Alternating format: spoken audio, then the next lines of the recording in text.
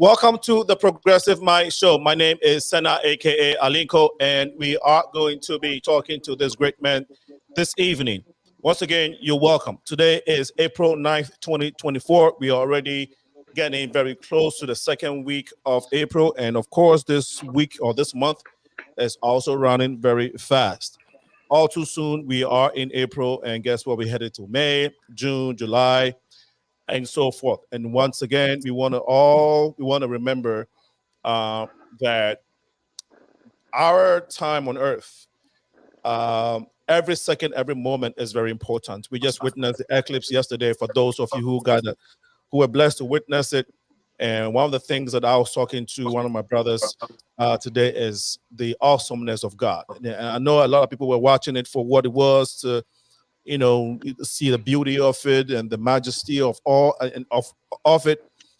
But I was reflecting on, wow, to think of the fact that our earth is just our earth exists on one of the many exists in the galaxy, and there are a lot of galaxies out there. And to see there's a glimpse of the greatness of God by viewing that eclipse yesterday, it gave me a moment to reflect on a lot of things. So it's just an encouragement to everyone out there to understand that every moment that you have the opportunity to live in God's world, you have the obligation to give back and give back positively. And this is why we are here today to talk about what men go through. The man's cave is the topic for today. Why men need a quiet place. Why do men need a quiet place?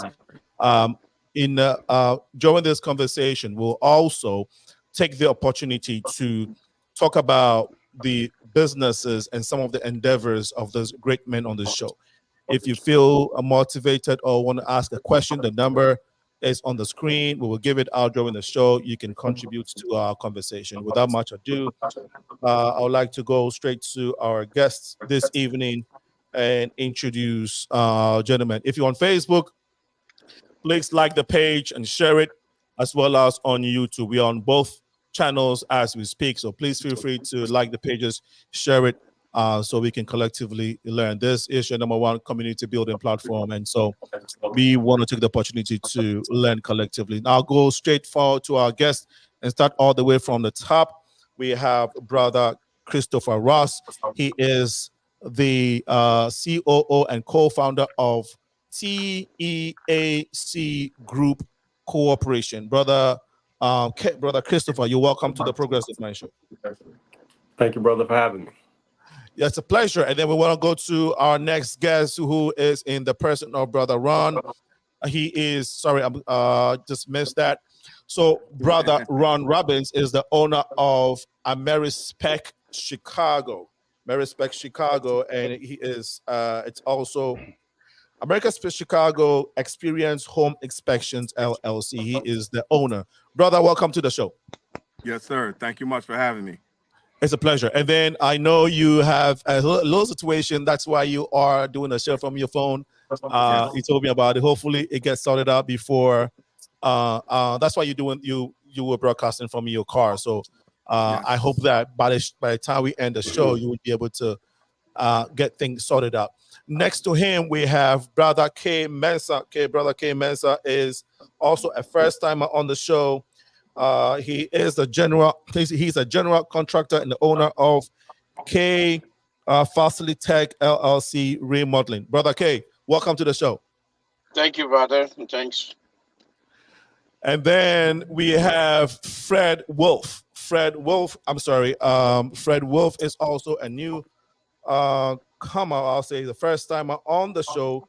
Fred, welcome to the show. He is an interior designer and has a flair for architecture. Brother Fred, welcome to the show as well. Thank you very much.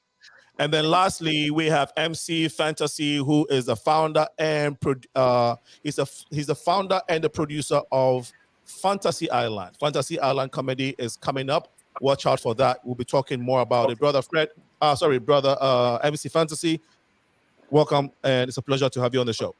I feel so honored to be here. Thank you for giving me. My pleasure. Gentlemen, let's start with first of all, let's look at the topic why we are here today. In your mind, Christopher, what we all know we all know what a man cave is. To be honest, as an African, I only came to America to discover something called what we now call the man cave. In Ghana and in Africa, we didn't grow up on man caves. Men don't have anywhere to hide. We stay at home. We didn't have a basement to go to. Fred, I know I have three Africans here who may attest to what I'm saying. But Christopher, what is a man's cave in your own definition? So, the way we talk about it in today's society is the man's cave is the place that the man gets to determine how it's set up, who's there, how often people are visiting. It's their place of solitude. It's their place of being able to be still with the family. We're still at home in most cases, but be able to have some space that's set aside that nobody else really interferes with the typical day-to-day household aspects of what life with a family can look like. So, and that can be taken in a different capacity because, before the man's cave, quote unquote, men had their own social clubs and spaces, so friends of mine talk about that, like being, a child of the 80s when we grew up in this country, before the term man cave was something that was being thrown around. The idea of men having a place that they went to and were commonly associating themselves to their social environments were things more like the barbershop, right? So that was the same kind of ideal. It was a place where men were going to congregate, and for lack of a better term, especially in today's time, men were allowed to be men, right? So that's where that conversation topic comes from when you hear people throw out that term man's cave or men's cave. That's more of a home sale thing that really allowed that term to take off in the lexicon of this country. People were shopping for and looking for homes, and that became a selling point, right? Was a basement that can be converted into this man's cave space because the rest of the home is typically designed based off of the female or the feminine essence of the home's ideal of what the space should look like. That's a powerful definition. Thank you so much, Ron. Yes. You probably have the same definition, but if you have another twist to it, we'd like to hear it. Well, yeah, I mean, it does give us a sense of solitude and give us ability to focus a whole lot better. I mean, we juggle with so many different things trying to ensure the safety and security and happiness of our families and stuff like that. And having a place to go to just get away, to take away from so many different distractions and allow us to, just breathe in and kind of get a chance to meditate more or just remove ourselves away from the main scene of activity, and like the brother just said, and still be remaining within the household at the same time, because it's very important. You think, our spouses, our children, they want us there, but as you know as well as I do, they don't always want us right in their face. And so, but they want our presence there, and our presence is still there and heard. And if need be, we step out for a moment or whatever it might be. But it's very important to have that sense of distance and solitude to be able to focus and just help the whole environment maintain a healthy balance. If that makes sense. Yeah, makes a lot of sense. Thank you so much, Kay. Yeah, so thanks again, and greetings to all my men on the panel. So when it comes to a man's cave, from my perspective, it's a place where men basically go to build their testosterone. That is the biological side of it. You can go through, and then you can also build. It's a place you build. It's a spiritual hibernation, basically, for men. Reason I'm saying so is, like my brother said earlier, you want to buy a house, but predominantly is a woman's house. You just want that little space whereby it's kind of like you want to reset, you know, and you stay there too long, you come back up and then they slap on your hands. So building testosterone, reason being, men are built to be problem solvers in life. Um, we're around our kids 24/7. We're around the wife 24/7. We're trying to help cousins. We're helping families. We Hmm. get home, and then this all this noise and everything. So testosterone, reason being, you need that place to reset. We want a place to forget our problems. And Mm, then when we come up from our hibernation, we want to smile. So many factors which I can go on and on, but this is just a short briefing of mm, my mm. perspective on it. Yeah. Great. Thank you so much. Okay, we'll come back to some of the factors that you have left out. But sorry, Fred. Right. Okay. I have built a few man caves in the UK, so I know I know what a Hmm. man cave really is. Mm, Well, basically, if you buy a house, I mean, this is more of the middle class. You can't afford. Let's say you can't afford a mansion. I mean, within a mansion, you've got many rooms. You can turn it into whatever you want. But for the middle class, I mean, you buy a house, and most of the house is taken over by the family, children, and let's say the wife. Now, a man cave is further developed. Sometimes it's the outhouse, that you build a little away from the main house. I mean, I'm talking in respect to the UK because we don't have much basement when it comes to man cave. So we tend to build ours, a little outside of the house, the main house. Now, what it is that a lot of men, need a place where they can hide within the house. Now, if they do not do that, then they have to join social clubs like back home. We've got the lodges and all that, and that comes with their own, challenges because sometimes a man goes out there and then they seek other level of comfort. So the man cave came into fashion, and it's been in fashion, and it's actually progressing because it's getting sophisticated. I believe the last time we had a project where we have to build a man cave, the gentleman actually want to safe in there, and then during the process of building it, they actually want he wants to have some kind of a safe room, where the doors, can be secured, where it can be locked from the outside, because it's very, you know what I mean, it's very well off in respect to what it does. But yes, a man cave is a place where a man can be by himself, hiding, but in the presence of the home. mm. Brilliant. Thank you so much. Fantasy.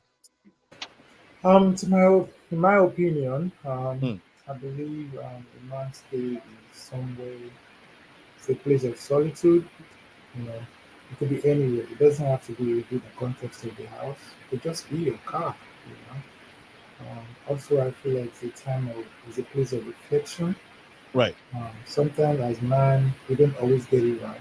You know, it's time for you to go back in and evaluate situations, arguments, um, and discussions, and you know, have maybe a kind of like a rethink. You know, take a Right. step back, view from other people's Yes. opinion, lenses, and get more insights through the help of maybe proper comprehension, listening carefully and comprehension. And also, I feel it's also a place of strategizing. It's a place whereby you can go back Right. and find yourself like, okay, this is where I messed up. Okay, I need to apologize for this. Uh, This is where I yes. feel like I'm so.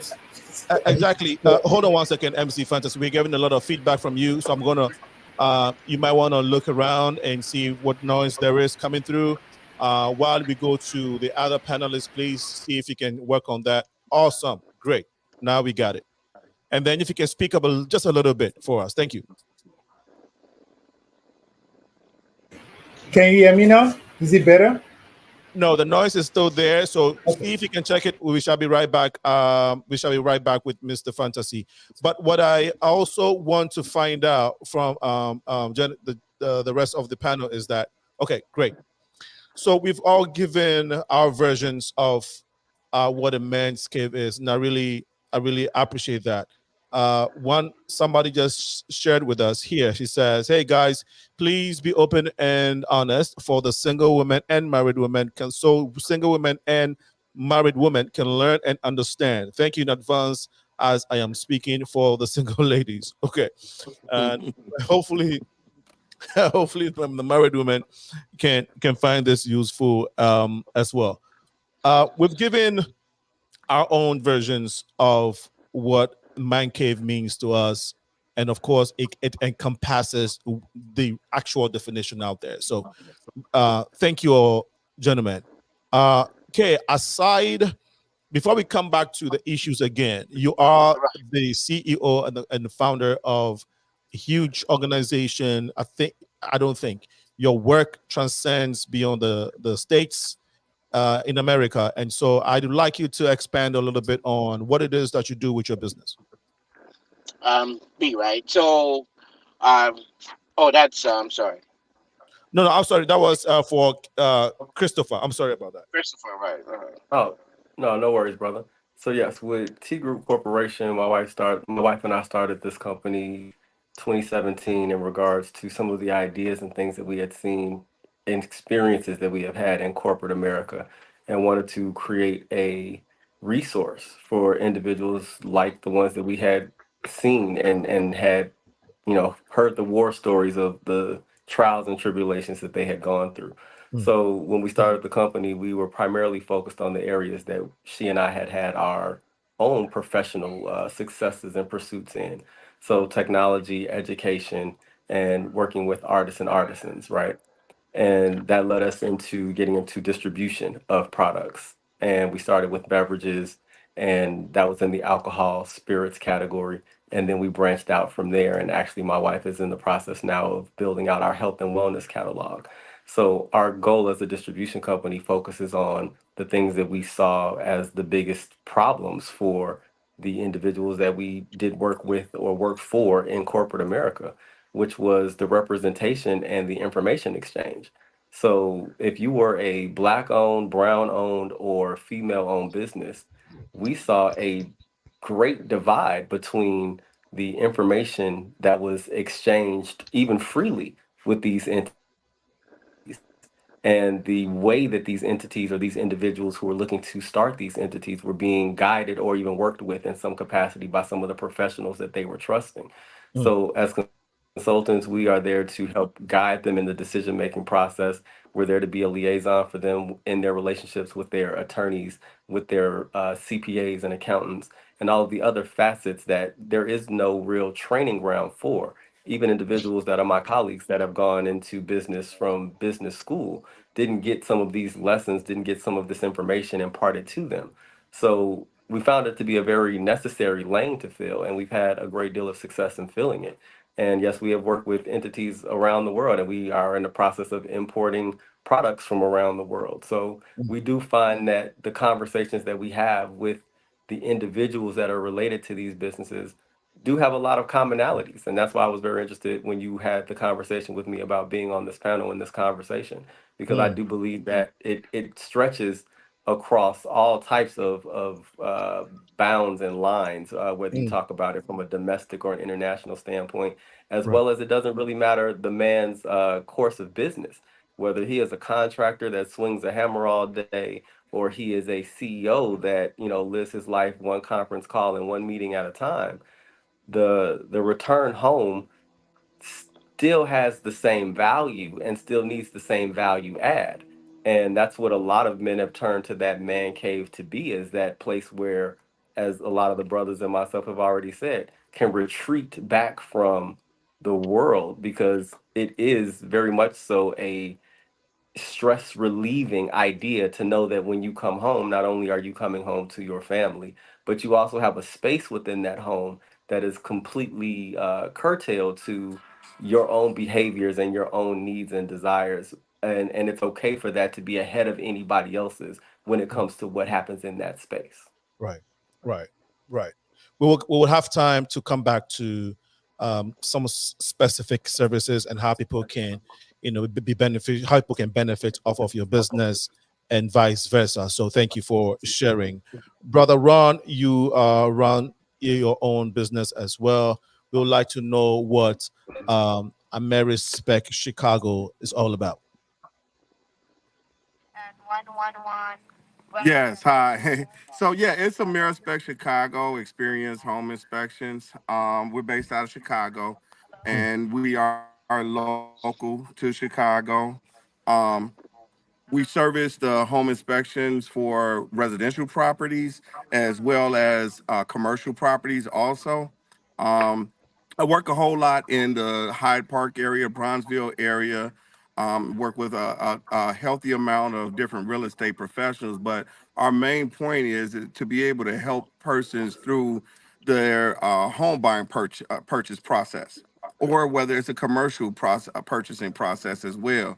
The thing is I went through buying a property back in 2018, and it was a complicated process for me. And I saw the need for it, for someone to be able to assist persons through this process a whole lot easier. And the main thing that we do is we help to educate them.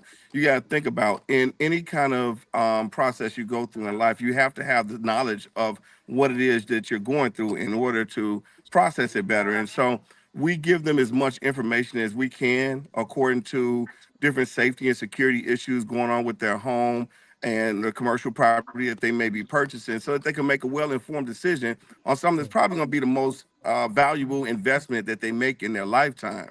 Hmm. On the small side, you're thinking some properties are maybe 20, 30,000. And on the big side, some properties could be 1.5, $2.5 million. And so when it comes down to it, right before they solidify the deal, once they sign their contract, they get an attorney review period, which includes the inspection of the property. So Hmm. we basically go through with fine tooth combs and take a look at all different parts and aspects of that property that they're purchasing to give them as much information as possible. And we educate them on that as well. And by us working so closely with many professionals in the real estate field, what we do is we educate them on the whole process of home purchasing and commercial property purchasing as well. Hmm. So that's pretty much what we do in a In a nutshell. nutshell. Right. Okay. Yes. We'll come back to specific how people can get in touch with you and whatnot. So thank you so much for sharing. MC Fantasy, if your Yes. background is sorted out, uh, Can you hear me clearly? we can. Please go ahead. What is fantasy production? What is it? What is it all about? Oh, thank you very much. Mm. Fantasy production and fantasy entertainment, it's all one in one, two in one. Pretty much in charge of producing entertainment in all ramification.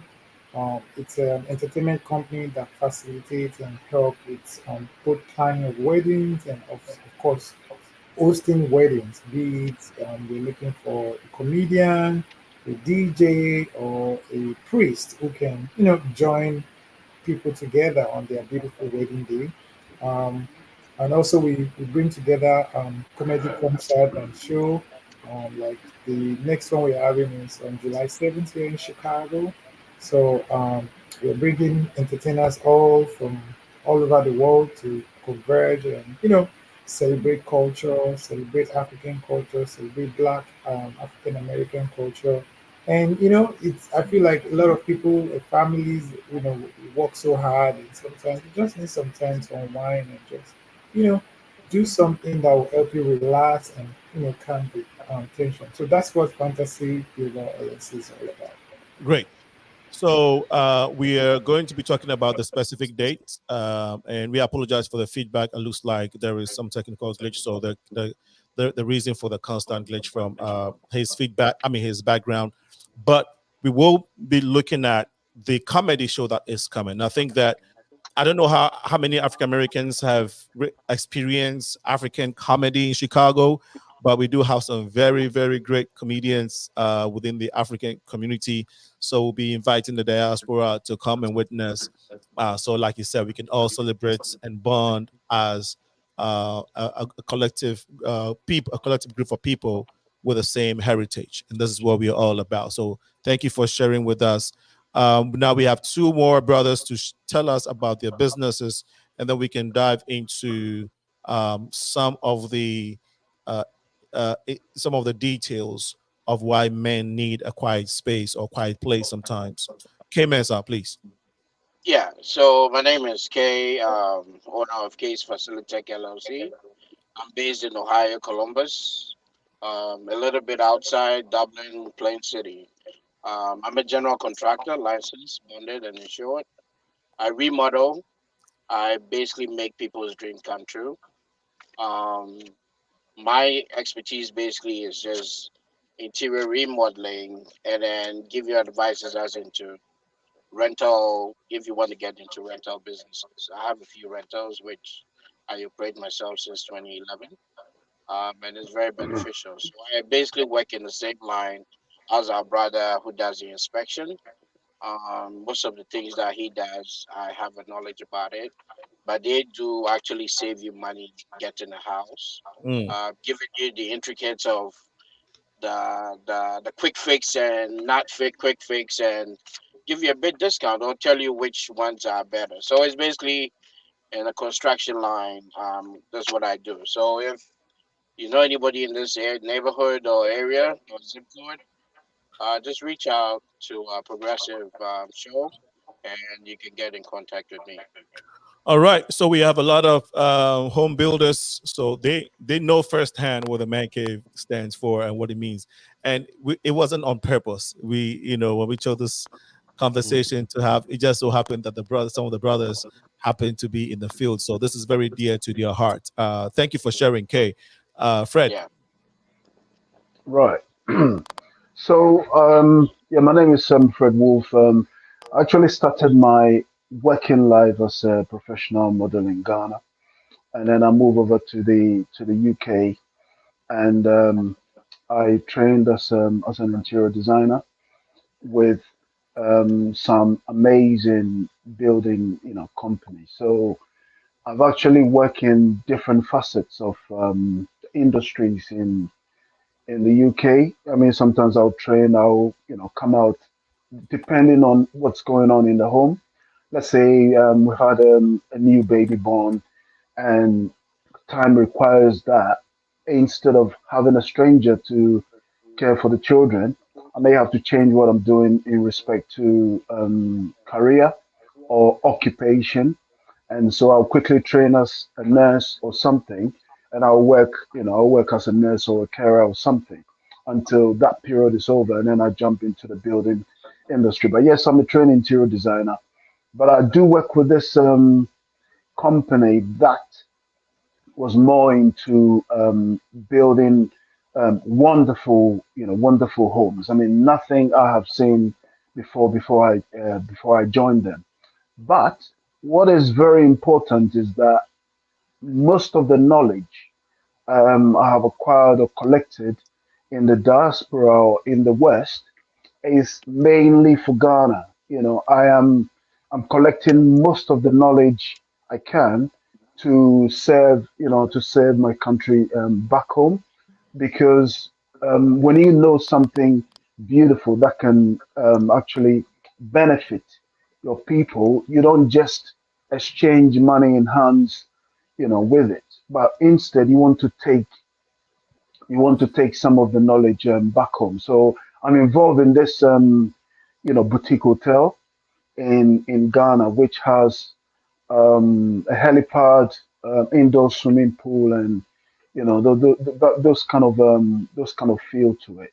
Mm. So the whole idea is that to do that, and then I can then step out to get into projects. So so basically, the project is more of like a show house or a showpiece. So Okay. when people come in and they see what's happening, I can then reach out and say, okay, I can help you with your building and all those kind of things. Fantastic. So yeah. Very interestingly, I know. So K Mensah's from Ghana. So is Fred. Um, Fred is all the way in London. K Mensah and I grew up in the same community. We went to different elementary schools and high schools, but we saw each other often in the area that we grew up in. I think it's Roman Ridge Airport Residential. Yep. Brothers, guys, one interesting thing about this guy is when we were kids, why somewhere in the early mid 80s, 87, 88, thereabout, he was the richest kid in all of the community, guys. I'm That's telling a you, Wow. that's a tale.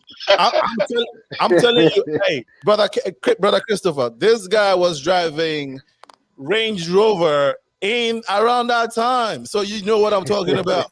That's Oh deep. wow. He was a kid.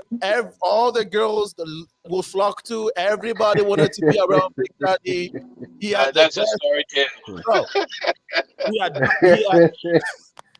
hey, he had motorcycles. He had like he comes around and all of us are like, bro, who are you? Where are you from? We don't see these things. Like he's the only kid, bro. Man, and so it's and then years after we connected at Ghana Fest in Chicago, Yeah. and so very refreshing to see folks that you grew up with. So okay, we are now on the same level. Now I can drive Yeah. Range Rover like you. Yeah. That's America, right? No, but that was a joke, but seriously, it's very refreshing Yeah. to Same here. to see childhood friends after so many years. So it's a pleasure. But let's.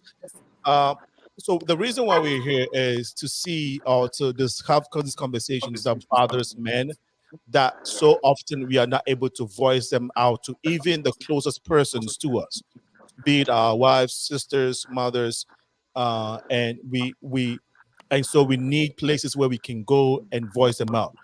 A lot of times we don't even go anywhere to voice them out because I don't know about brother K, Christopher and Ron. You guys grew up you're Americans, but us as Africans, growing up in Africa, you are taught as men not to cry, not to show emotions, regardless of your pain and your circumstance.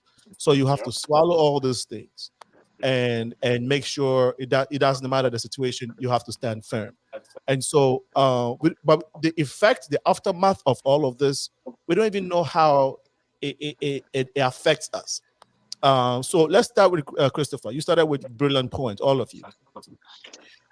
When a man is in his, moves, I mean, goes to the man cave, this place where he wants to just be by himself, and meet another brother.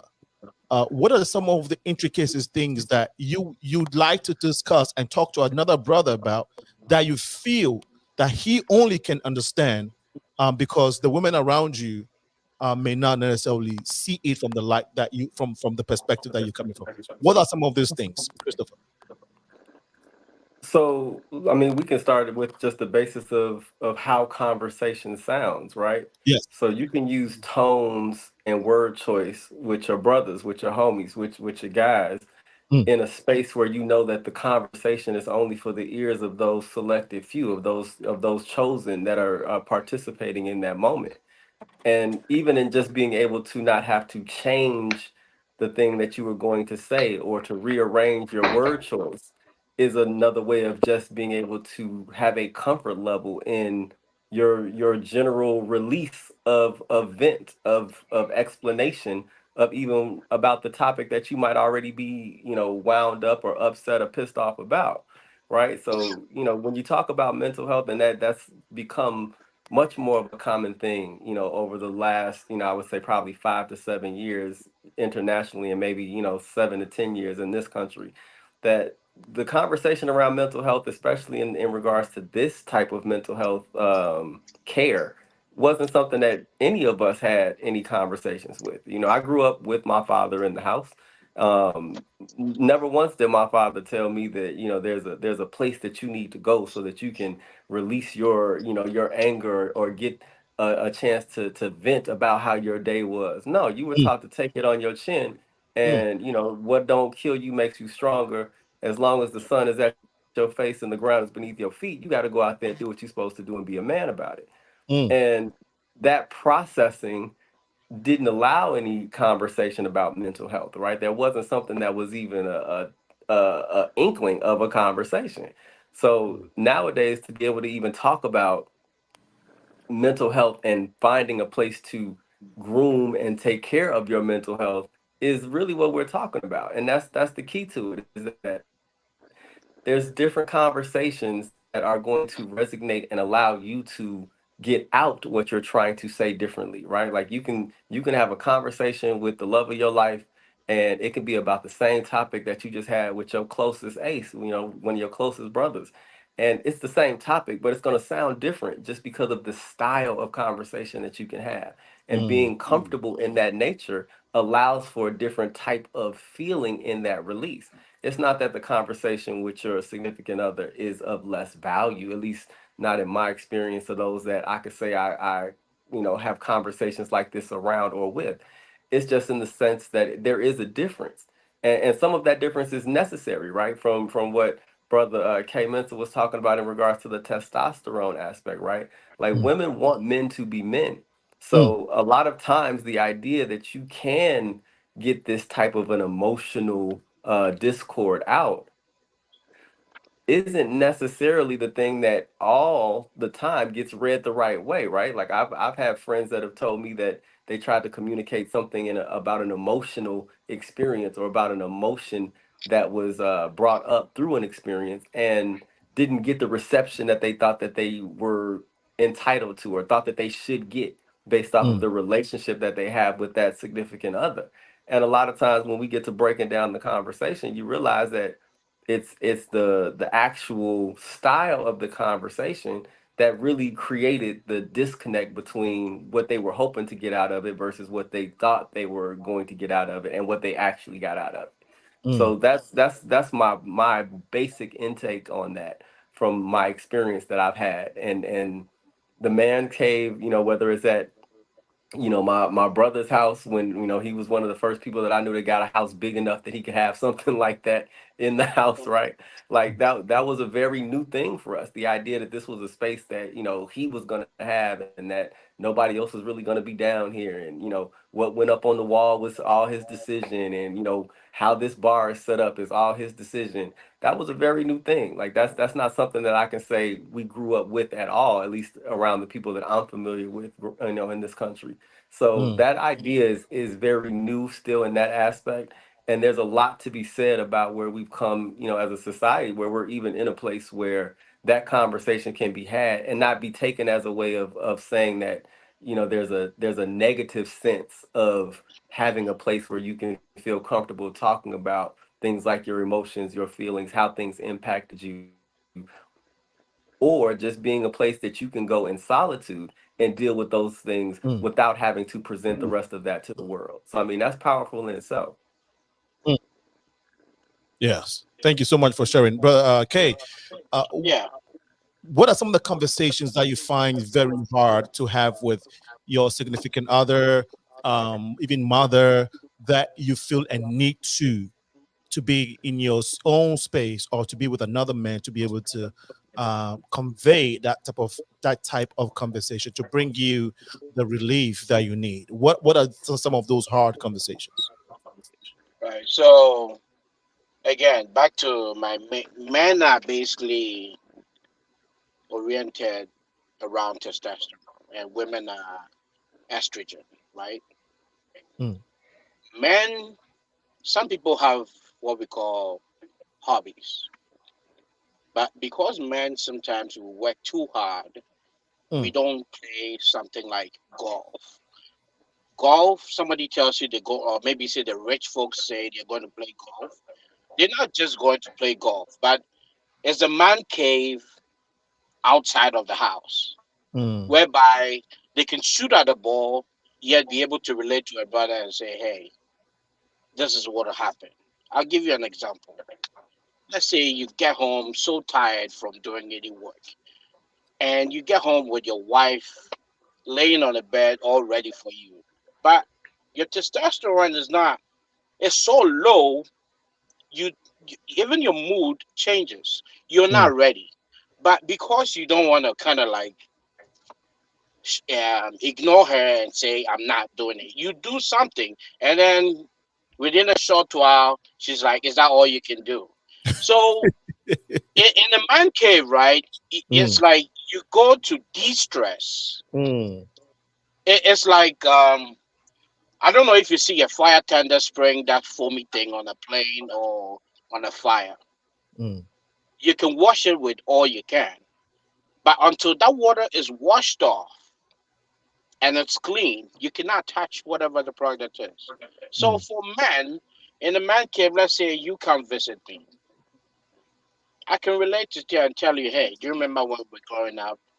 This girl, this, that, this, that, this, that. I'm not Mm. saying it to disrespect my wife, but I'm kind of resetting, enable to get in a certain kind of mood to show her my kind of love. And that's how men are. Mm. That's how we're wired to. We kind of look outside, enable to energize and give our best to what we love. Mm. That's basically that's what. And it's a low testosterone. If you have it, you'll be moody, you'll be angry, most people who have very low testosterone are addicted to porn, and that's a fact. Mm. Because if you are that moody and you have all that stress, because men naturally are wired to solve issues. Right. So you have a lot on your mind. And then can you come home and your wife estrogen is so high? Why you here? Why that? This, that, this, that. You just want, if it's an ostrich, you dig your head and put your head in the hole. Mm. So going in there, like I said, it's a spiritual hibernation. You go to deactivate your or de-stress, and then when you come out, you kind of like forget your problems, and then you kind of show love to your wife. You talk about girls, you look at other women. I tell people I like to look at things once. Let's say there's a woman passing with all the good shape that God has given her. I want to look at it very well so that when I go home, I appreciate what I have. Okay. A man wouldn't understand this, but from the side of a man, you are looking to tell your wife, you get home, you look at your wife and you be quiet, and she wouldn't understand. She'll be like, what? Then you tell her, I love you. There's so many words we normally use only one word or just our eyes to say. Mm. So again, it boils down to testosterone, and then the man cave, you go to de-stress and we reset to love our wives. Wow. Fred, I'll come to you. MC Fantasy is laughing because he also has his own weapons to weapons to unleash. So we'll come Okay. Fred. Yeah. Okay. Fred. Yes, Do sir. when men look at women, when are we always looking to last after and try to go after, or do you share the same sentiment with what Kay just shared, Fred? Okay. Well, what I have come to realize Mm. is that we tend to be boys, and then we assume manhood. But Mm. I must say that there's a difference between being a male and being a man. Big Okay. difference. Yes. Now, a lot of the women we marry, they have even their fathers are not men. Their Mm. fathers are males, not men. So when they marry somebody who happens to be a man, sometimes they tend to have issues. And there's something I call activation of senses, right?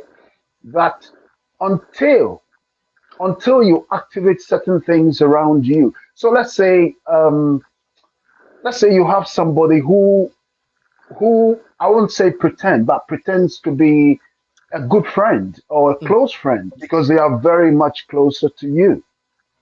Now, this person comes around you, they seem to know almost everything around you. And let's say you hit a brick wall or you experience some difficulties in life.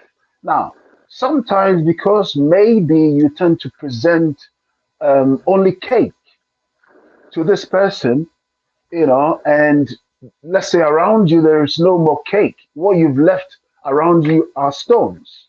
Mm. I believe sometimes we should be able to generate secrets because secrets are nothing until it is formed. So let's say I have done something. Now, whatever I've done without telling other group of people or a person it's a secret until I have that conversation and say, you know what, Senna, do you know I got in trouble doing this? I have generated a secret with you. It doesn't necessarily mean that you cannot generate a secret. That same you cannot generate that same secret with someone else. So sometimes we should not be afraid in sharing our issues, because you see what it is that by keeping quiet, right? When you're out of the situation that you got yourself in, you are around people that maybe you're supposed to be way, you know what I mean? You're supposed to, maybe you're not supposed to be around that group of people. But Okay. by not telling them, you're out of the situation, right? So let's say you have graduated, you've gravitated to your next level in life, but you're still around the same group of people, which is very detrimental. So Mm. my thing is that sometimes when you're going through some kind of difficulties, you need to be brave enough, be courageous to share it with the next man next to you, the person who act as if they are man or they are men around you. Share it with them, because in sharing it, it will drive away the boys, in your circle. That's all it does. So in sharing some of our difficult stories, what it does is that it elevates those who are men, because they rise to the challenge to, even by having an uncomfortable conversation with you, it tells you that, you know what, this is a man I can roll with from now onwards, and the rest of them, if I see them wherever I see them, hey, hello, bye bye. But I don't think we should pigeonhole ourselves into it's just like being in prison. It's like being in a virtual prison. I think we should be free enough to share our stories with some of the people around us. Otherwise, they have no space. I mean, they haven't earned the space. So most of the time, I believe we mistaken someone being male to man.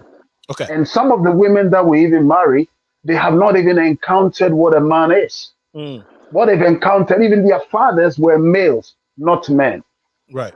So Wow. this is my take on it, really. No, thank you. I think that there are some powerful points that have been made. I don't know if anybody wants to comment on a comment that was made earlier, but please let me know. I also noticed that there's somebody who's trying to get in the virtual studio. I'm sure if you're not a guest, please follow us on Facebook and YouTube. You can go on, if you go on Facebook, you type The Progressive Minds Show. All separate words. The Progressive Minds Show on Facebook. Same thing on YouTube. You see, the logo is yellow. That's how you know it's us.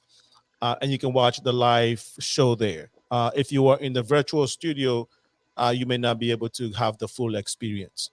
For those of you who are on there now, please, we are encouraging you to share it so we can collectively learn some of these things that we need as a community in order to enhance our community. We're live on Facebook and on YouTube now. Brother Fred, no, not Brother Fred. MC Fantasy, your response to the same question. I think we unfortunately lost the feed to Ron, so hopefully we can get him back. Go ahead, MC. So the angle I would like to, can you hear me clearly? We can hear you absolutely fine. If you just step back from your screen a little bit, there you go. Okay. All right. Yes. Okay. So the angle I would like to attack the question will be from a place of understanding the personality of a man and the personality of a lady. Okay. Personally, I feel like men, we are logical thinkers, and because of our logical thinkers, there are some things that we are thinking ahead, be it right or not. Sometimes we just want to probably share idea with another man, in quotes, man's cave, and get an opinion to feel like, oh, is this really right or not? And not from a place of like comparison, but women are more of like emotional beings, you know. So I feel like being a man sometimes it puts us in a place that whereby where we have things built up in our mind, you know, we want to really, really find this spot, you know, and that's why I was saying earlier that I don't really believe the caveman should be in your house alone. Like my brother was talking earlier when it comes to going to the golf course. Sometimes it could just be in your car, you know. And when my other brother was talking about a lady looking at the lady and then we go home, I personally feel like sometimes it's just a function of discipline, you know. It's just a function of discipline. You know, when we're looking at situation as a man, the first thing we want to think is, okay, how can I solve this problem? You know, for example, when giving feedback to our significant other, sometimes when we come off, we are coming off with this energy like, oh, we want to fix it. Sometimes it shouldn't be from a place of fixing. It might be from a place of just sharing how we feel first and then get the feedback to be able to discuss it better. But in with my brother, in terms of the question you asked, I personally disagree with looking at another lady. So I'm going to stop at that. Okay, so I think that well, I don't think he was I saying think I disagree with you. yes. Okay, we need more light from your end, so maybe if you can turn on the light in your car, that would help a Yeah. lot. As I, we go to yeah. right, as we try to take Kay, Christopher, you want to Yeah. comment on any of this before whilst we wait on Kay to get ready? You muted, Christopher. Both the brothers that have spoken in regards to the relationship aspect do make solid points in that idea, is that a man's cave is not a place per se, it's more of an ideal, right? And that, Mm, like I Yeah. was kind of saying before, mm, like the man's cave that I can tell you that like my father and my uncles would talk about was the barbershop, right? mhm, And mhm, it was a place where men could go to have a conversation about the world from a standpoint that was solely 100% and only based on a man's perspective. And you see, this is not just, especially nowadays, it's not uncommon for people to talk about the need to have a place that is safe to talk, right? And seeing that the idea of a man's cave is definitely should not be something that people lump to a physical address or a style of place within a building, right? Because man's caves can be much more than that in any aspect. But the core of a man's cave, the real determining factor or the real differentiator, I'll say, between the other ideals that can provide that same safe space is the idea that it is a place that is still within the home. And that's something that I think women should really focus in and understand, is that the majority of men who are taking to this space are doing so because they want to be able to still be at home and in a place where they are close to and at the beck and call, for lack of a better term, of their family, right? They don't want to be away from their family and deal with these things. They don't want to be away from their family and feel like that's the only place that they can have socialization with their male counterparts, right? They want a place that they can invite those who they trust and those who are of their group and of their like-mindedness, as the brother Fred was talking about, so that they can share in a space that is going to add to and not take away from their sheer perspective of it as a man. mm, And for what we've seen and what you see a lot of the conversations about now are women that are talking about men not being men. mm, And there that may be the case. And if you peel back enough layers of that onion, part of that may also be at the core because of the lack of space in which men are being provided a place to rear and guide men without the influence of the other sex. Yeah. Because if you really look at it, it's a way of learning. It's a space or a place where conversations are being had to help individuals who are going to have to walk this course in life as a man, learn and understand things as a man, and also learn and understand things from a standpoint of a man that may be different than them, right? And Right. that's important because that difference of information is what allows you to have a more rounded approach and a more rounded thought process around some of the things that are probably bogging down a lot of pieces of society when you talk about the relationship aspect between men and women. Awesome. Kay, I know you want to respond Yeah, quickly. I just want to acknowledge folks who have joined us on Facebook. We have Joseph Awinyonga watching us. Thank you for joining the feed. Dionada Love, thank you for joining us. Nanaya is also here. Mikel Ace Ungubani is also watching us. Solomon Egan is here. Akosia Williams is watching us.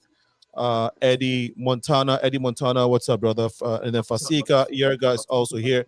Thank you all for joining the feed so far. If I haven't mentioned your name, it's probably because it's not popping up on the feed now, so it's not intentional. But thank you all for joining the feed. As you're watching, you can like the page and share it so we can all participate in this very important conversation. Kay, go ahead, please. Now I yeah. keep saying Kay, So Kay. So pardon me, yeah, right? thank you. One is Christopher, the other is So yeah, thanks, my brother, for the insight on what you were sharing. But mm, these days, social engineering has made men and women all become equal, quote unquote. mm, Um, that shouldn't happen. Reason these days things like that are happening because we have women who are go-getters for the dollar. There are men who also chasing the money. mm. So it kind of it feels as if we're equal, which it shouldn't be. Again, back to testosterone and estrogen. One Dr. Gray who was saying that if we're able to pull back away from women being women and men being men, a lot of these social issues would have solved. My cave as my basement where I call a man cave. When I was a boy, I envisioned having a video game. I want to have a TV. I want to have my bar. I want to have a poker table whereby I can entertain in my own house. But when I became a man, I realized all these things, bringing all these strangers into my house, was for my own selfishness. Mm. But reasoning being, I had my wife and my kids. Why would I build it that a place where I can go again, spiritual hibernation, to reset, to detach, and then come back a happy man to my own family, right? Yep. Again, with the point of where he said he's not looking at women. Honestly, I am a very straight shooter. I look at women. I'm married. I love my wife to death. But I can go to a place and I see beautiful women. I appreciate their beauty. Not that I have that bad conception in my back of my head saying this is what I want to do. Back then, when I wasn't married, yes, I will. And that's being honest. But now it's like I can look at some women. It's like releasing your man self, having a free spirit, enable that when you come home, you know where you are and then what you're doing, you know. But Mm. not that looking at a woman gives you the second thought. Again, I didn't look twice. I looked once and I looked really hard. Just biblically, some people have some quotes that say if you look at a woman twice, you kind of sin. But I really looked really hard once, and I'm like, no, my woman stays better than this. So I moved on. But Okay. if you say you walk around, go to parties, and you don't look at women, then my friend, just stay home I think that because no, I think yeah, that the reality is that, and I can right, agree with I can agree with some things that you've said, right, Mensa, in that right, men are wired to look. Else, how are we going to get married? How are we going to be able to get attracted to women? And I know God designed women in a way that we cannot help but look, so that we right, can we can talk to them and then find one as a wife. And so not naturally we, that's and I think it's in us. We're wired that way. Women, I think they have a good instinct to listen. They have a good sense of listening. What they hear, what you tell them is what they take to work. They take that home. When you talk to a man, he's listening with 2 ears. He has his analytical head on, and he's not necessarily being emotional about the words you were saying. He's analyzing everything. We don't take everything you tell us as the holy word. And Right. whereas I think we, naturally, when you tell a woman this is blue, he hear you and he understands that what you are saying is blue. But a man is not hearing blue. A man is hearing, what other colors are you talking about? Now, Right. if I am wrong, Christopher, and then Fred, I think that I haven't gotten to you yet. Right. But Sorry, Christopher, should I go? Okay, Christopher, go on. Christopher, what's your take on what I just shared in Yeah, terms no, I of mean how we perceive things? you're spot on. I mean, there's a natural element to it, right? I mean, there's books written about it, right? Men are from Mars, women are from Venus, right? This has been Yes. studied. So I mean, if we're in 2024 and there's still conversational debate in relationships about the difference of men and women and how they approach things, then honestly, that might be the mismatch, kind of like what Fred was talking about, right? Like that might be the conversation that lets you know that you might need to separate from that individual because y'all are not on the same place yet. Y'all not understanding life in the same context because there's no doubt that there is, right? Like men are trained through their experiences in the world to perceive the world differently. And because of our differences from birth, there is a difference of experience in this world. And that difference of experience is connected to all of your senses and how you experience the world.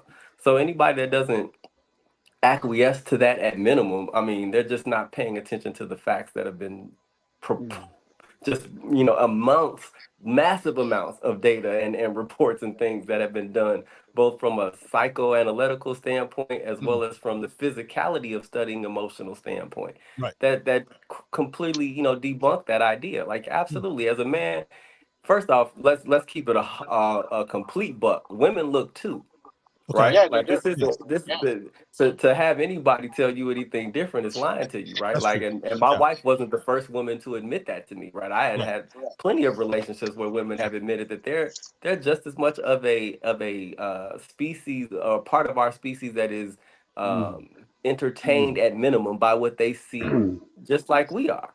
The biggest part of where I think this becomes part of this type of conversation is that most people when they think about a man cave, especially those who are of the opposite sex, they get the programming of society and how the man cave is concocted, right? There's always this ideal that there's these, pictures up of women and he's got his magazines down there that he wouldn't have out in the rest of the house and all of this.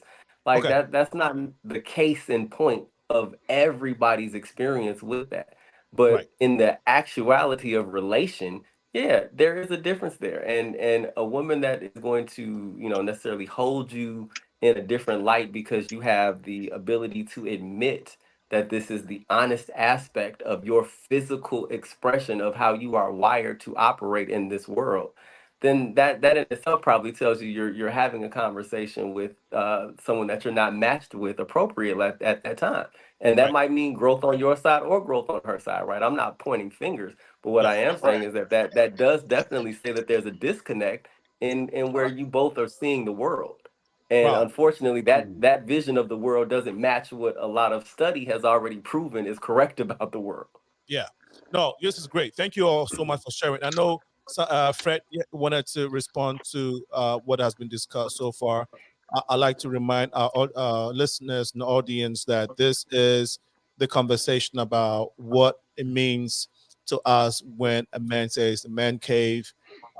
We all know what it is, but we are looking at the kinds of conversation we have in the men's caves, in the man's cave, and is it necessary for a man to have a quiet space, and why do we need it? And this is where we are going with this conversation.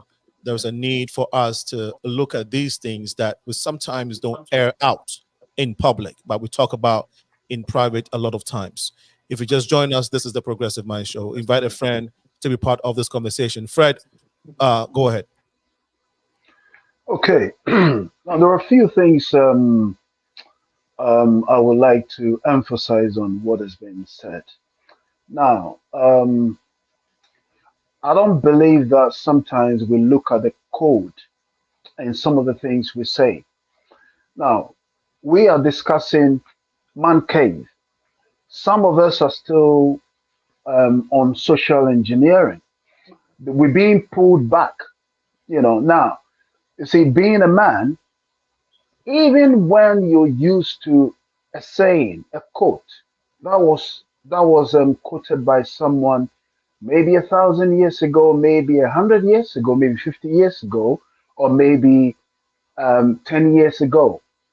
As a man, how do you encompass this quote into your into the time that you live in? How is it practical, to yourself? Now we're talking about man cave. That means you have accepted the man that you are and you're running back into the cave. You want to be as natural as possible. Now, if I say as natural as possible, you want your thinking to be as plain, although sophisticated, not complicated or complex. You want to be able to solve complex situations. So that's why you want to wire your brain. Now, some of the things that we are struggling with as men Mm. is some titles. You know, I believe that a lot of foolishness, excuse my language, a lot of foolishness has been wrapped up in beautiful titles and it has been presented to us. So the moment we see it, so let's say, someone will say, oh, is married to this guy, the guy has got this PhD, has got this and that, or married to this woman and the woman has got this, that. But when you strip away the title and the qualifications and all that, what are you dealing with as in character? And sometimes we see the character maybe a little too late, but even when you see or you are experiencing the character as a man, how do you then deal with it? Because you should be able to deal with it regardless or no matter what. And this is my point of saying that sometimes as men, we should be able to have very uncomfortable conversation. It doesn't matter where the conversation goes. So for instance, your wife that you married, that you put a ring on, that you know what I mean, like cherry on the cake and all that, your diamond, your world, dated somebody before they met you. And sometimes by not even saying that you're not going to allow yourself to go to the fact that they once had someone before they met you, I'm sorry, you're not being man enough. Because sometimes you have to be able to have uncomfortable conversation with a woman. And most of the time, that's the only way we come on top as being a man. Not being able to have uncomfortable conversation. Because when women meet, they talk about everything and anything. But for men, we want to pigeonhole, situations, and it doesn't help us. Why do we do that? Why do we do that? Is it because of our egos? No, you see, ego is fear. Fear is what gives you ego, and ego demands respect. Listen, ego is the only angel, quote unquote, angel that demands your energy. And nothing else demands energy but ego. So usually when you talk about someone having egotistical problem, you know that this person is somebody that is very, very difficult to deal with. Nobody wants to deal with them because anyhow you deal with them, you're dealing with their ego. You can't even get to the personality, let alone the character. You're always dealing with the ego. Okay. So forget that. But it's fear. Fear is what makes people put on this ego. So we should be able to have uncomfortable conversations. Great. Thank you. I just wanted to come in. I just wanted to come in because of time. But great points, Fred. I think you made very important points there. All of you, in fact. And MC, you said you wanted to respond to that. Is it now again? It's for K Mensa and Christopher. He said that ego is fear. Is that necessarily true? Would like you all to respond to it as men. But go ahead, MC Fantasy. Yeah, I just want to buttress some point Mr. Fred just said as regards to ladies always sharing with their fellow ladies. The statistics have shown that men tend to die earlier than women, not also because of the age only, even though we know men tend to be older than women. Also, it boils down to the fact that we don't share our mind enough. This is one of the biggest challenge I think every man is going through. Because if you really think about it, because we are problem solver, all we want to do is provide, protect, be there for our children. And a lot of time, even at our detriment, when we're supposed to take breaks, sometimes we deprive ourselves of those breaks. For example, look at it. Most ladies nowadays, they go on girl street, you know, go and distress, let me call it distress, with their fellow ladies. They share ideas, they give each other advices and all that. But women, when we're supposed to take time off to hang out as men, we use those time most times to even look for other ways to bring money in. Let me take America, for example. A lot of men have at least one job and a side business, and because of that, I think that's one of the reasons why we need this man's cave more. And like I was saying, just to buttress my point, it doesn't necessarily have to be in our house. It could be what we are doing right now on social media. This is a man's cave. It's a program I think some men should also, get ideas, get insights in. And one of the things that I want to comment on the final note is that men's cave does not have to only be where you're thinking on how to move ahead. Sometimes also a time of reflection. Personally, it should be a time for reflection. So, like, have I been fair with this woman? Even in my own space, is there other ways I can do this? And like I said, it could be with another fellow man, it could be personal reflection, but I think we need to do more of it. Barely you hear men going on boy street or main street. So I think we really need to start promoting that. It doesn't have to be a lot. It could be start from 3 men going to maybe Chicago downtown for a night out and just chill. So that's my MC Fantasy. So I think what you're saying is right, but for Africans, we were not brought up that way, right? All we were taught to do is work the entire year, no vacation, keep working until you can't anymore. So this becomes very, very important as we've traveled here and learn things and seeing how things can be done differently. There's a need for us to find a balance. So it's 7:24. I would like us to look at you all make sorry, Senna. Yes. Just give me 1 minute. Now, Okay. if I equate what's the name? Fear with ego, I said something. I say ego demands respect. Now remember, respect is not demanded. Respect is what earned. Yes. So if something demands an energy of respect, that's why I equate that to fear. Got you. So that's what Got you. And we'll come back to we want to come back to certain specific issues. Now, I know we all men have a ton of things, but there are things present currently on all of us on this platform, and I would like to give you all about 2 minutes each to decompress, let it out. What is the most pressing thing for you all on this platform that you would like the world to know, the wives to know, something you have not shared yet? And if you're comfortable, would encourage you to share. And I know there are a lot of women watching that would like to know. Uh, but before that, we have a quick announcement here that we want to share with our audience. So, with our mission as the Progressive Mind Show, one of the things that we care about is to bridge the gap between the African diaspora.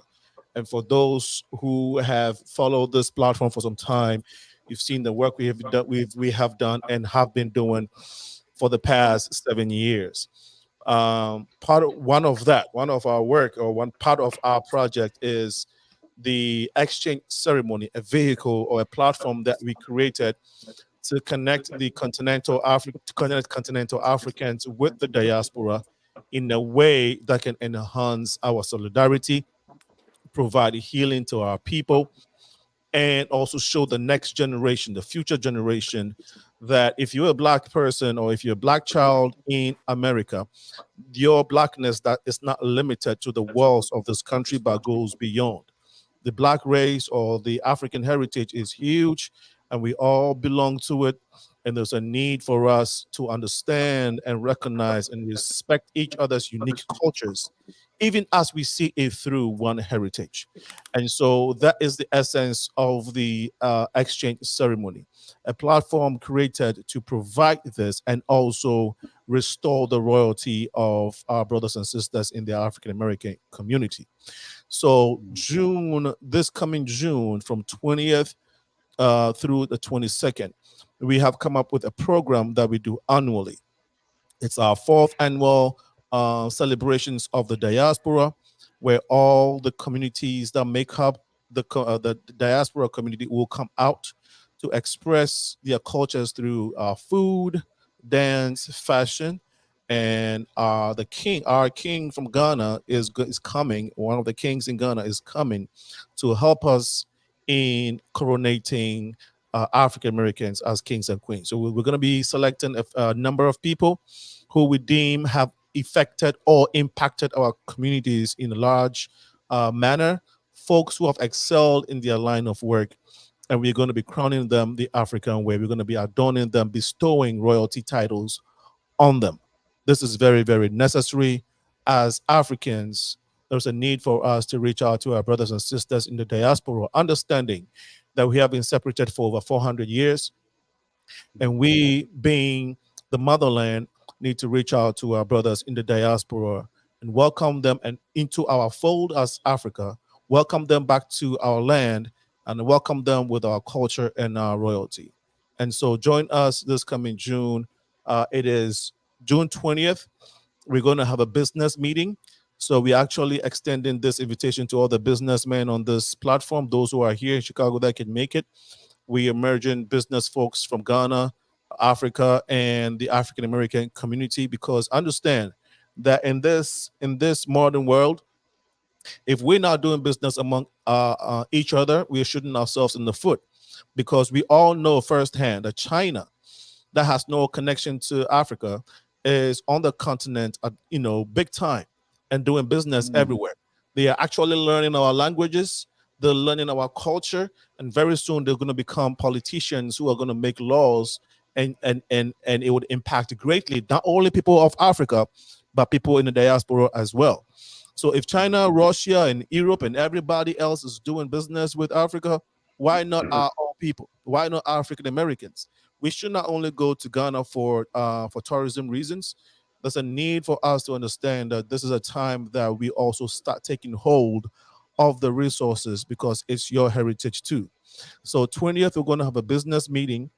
21st, we're going to have a panel discussion to understand how colonialism and slavery has affected all of us as Africans, whether all of us as Black people, whether you're a Black person from Peru, from Nicaragua, Brazil, Belize, Barbados, Bahamas, Caribbean, what's called Jamaica or Haiti or Ghana, Uganda, Nigeria, Black American, it does not matter. We have all at one point in time endured slavery or colonialism. Same thing, two different names. And so as a people, we have to acknowledge that we're working around with some type of PSTD, which we are not aware of, because we've been affected by this system so much. And it behooves on us as leaders, as men, to take the opportunity or to realize the times that we're in and to begin to connect our brothers and sisters, not only for us, but for the sake of the future, for the sake of the young ones, our children. So when they grow up, they can see a better and a bigger Black community, which is full of culture and rich in royalty. All right. And so we have to do this. And so 21st, we are going to be having this conversation in Chicago. That is a panel discussion.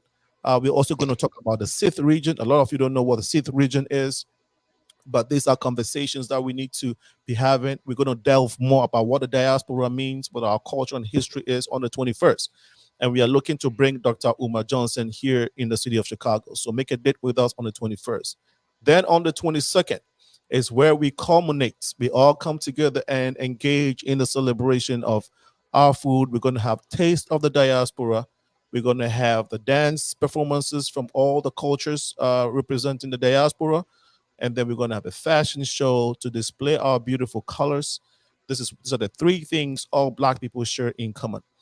And then we're going to finalize it with a live coronation and end it with beautiful performance, song ministrations from very key people in our community. So that is in essence how we intend to celebrate the 4th annual exchange ceremony, which is coming forth June 20th, 21st, and 22nd in the city of Chicago. We have people coming all the way from the globe to be part of this celebration. Thank you. And we would make sure you follow our pages. It is the the exchange ceremony on Facebook, YouTube, and Instagram. So the exchange ceremony is on our Facebook. We have a Facebook page, we have a YouTube page, and also Instagram. Follow us for more details. Tickets and all other information is going to be coming out very soon. The honorees, the people that we're going to be crowning this year, we're going to release them by next week or so. For now, this is the updates. Make sure you share it with friends so we can collectively celebrate and bring our people together. That said, we want to go back to our guest this evening. Remember, too, that the Progressive Mind Show is the producer of the exchange ceremony. We are 501c3. Your donations are very important to us. This is how we are able to continue sustaining the show and to organize these events, create these spaces for the healing of our people. So we encourage you to donate, or you may know organizations or individuals that can support what we're doing, so we can keep doing this work. Let's go to it's 7:33 p.m. Central. We are still live on the Progressive Mind Show here in the beautiful city of Chicago, and we're talking to this great gentleman. They are not only businessmen and leaders. In fact, they're not only businessmen, they're also entrepreneurs, fathers, and leaders in their own rights. And we're having a conversation about men's cave, why men need a quiet place. Any comments before we continue? Because I have a question coming up for you all. MC, please make it quickly. Yes, go ahead and make it quickly. I think I saw Fred too, but go ahead, MC. Daddy, sorry, I said Big Daddy. So if I said Daddy, that means that's the nickname that we had for the K, okay? K MENSAH. K MENSAH, So, I think we need a bit more light at your end. K, go ahead, Fantasy.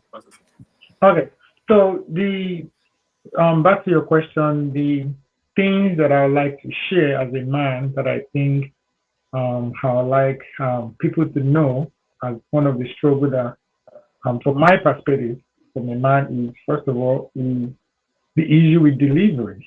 I think a lot of time as men generally, and as a man personally, I feel like we struggle with giving feedback because of the response we get. Because as men, we always like to be very logical and direct with our feedback.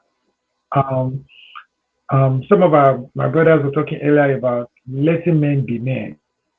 That is the way we are wired. You know, when we want to discipline, as it comes to the kids, we want to be stern, direct. You know, so I think it would be nice if our women can come from a place of understanding, knowing that sometimes when we come direct and very um, straight with our feedback, it doesn't negate or take away the love we have for you. It doesn't mean we don't care about you. It's just that's the way we're wired. I think I'll just stop there and let my brothers share their own ideas. So, thank you. Okay, great. Thank you so much. You all said something about being a man and a male. What is the difference? Because of time, I'd like it to be as very concise as much as possible so we can tackle some of the other issues at hand. Fred. Okay. Now, I usually use this, this term. Usually people hear, situation, or you hear a message, and then we think the highest point is being able to analyze the situation or the message. Some may even go further and say, "Oh, I have understanding of it." But if you have understanding, you should be able to know the thought behind the message. But most of the time, once we get the understanding, we think that's it. Once you have an understanding of somebody, you can predict their future. That's what understanding. So if you're dealing with a human character, once you have understanding of somebody, you can almost predict their future because you can predict their behavior. Now, the reason why I'm saying what I'm saying is that when a man marries, he becomes a husband. He's playing a role. He's performing a function. The woman does same. But the male, as in the difference of man and male, a male is just a reproductive gender, whereas a man is being. The man is beyond. You are what you are beyond what you are. That means you are not moved by anything. You do not bow to trivial things. With or without, you are still a man. That's what being a man really is. Yes. I mean, but some of the time we are reduced to being males without even us realizing. Okay. Uh, Big Daddy. Sorry. Yeah. I don't know. I'm going to Hey, I'm okay with that. your nickname. But that was the one for when we're kids. I don't know if he has a new one now, but No, uh, same kind I of. think okay. Okay, go ahead. So with me, I think Mm, a man will always be a boy mm, within, okay. and then a man only graduates. Reasoning being the things he stopped doing when he was a boy. Okay. Even 100-year-old man sometimes would be like, you see them wearing socks, tennis shoes, want to do what they used to be as a kid, as a Mm, boy. mm, So I think the aspect of a boy never leaves who you are. But being a man is the ability to reason better than you used to before. I'll give an example. Friday night, and all I think about is call the boys, let's drink, let's go have party.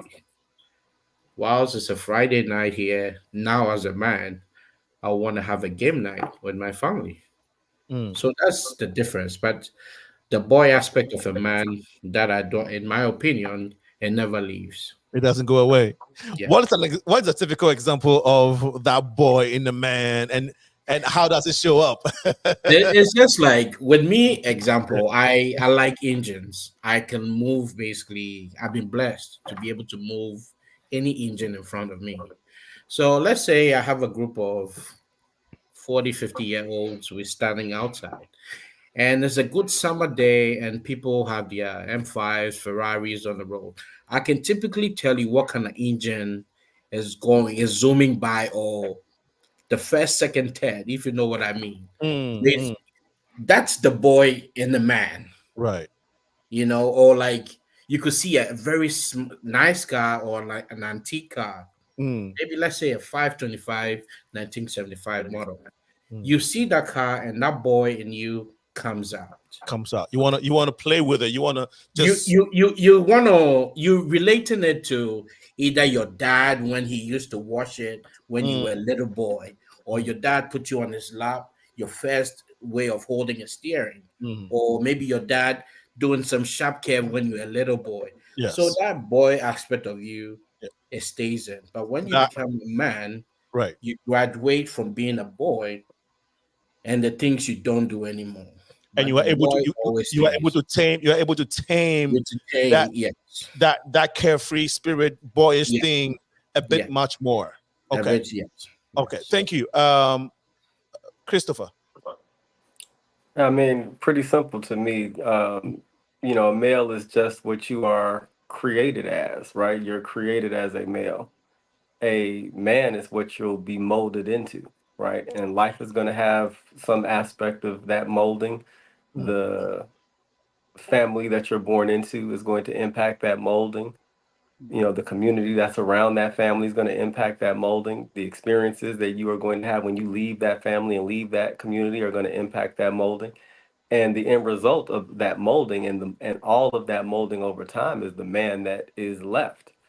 And that is what we as a community need to be more mindful of, is that we are all in the process of molding men, whether you like it or not. Like those who are in your community, in your family, those who you share space with, share time with, whether that is through some social engagement or through a family engagement, or maybe it's through a business relationship.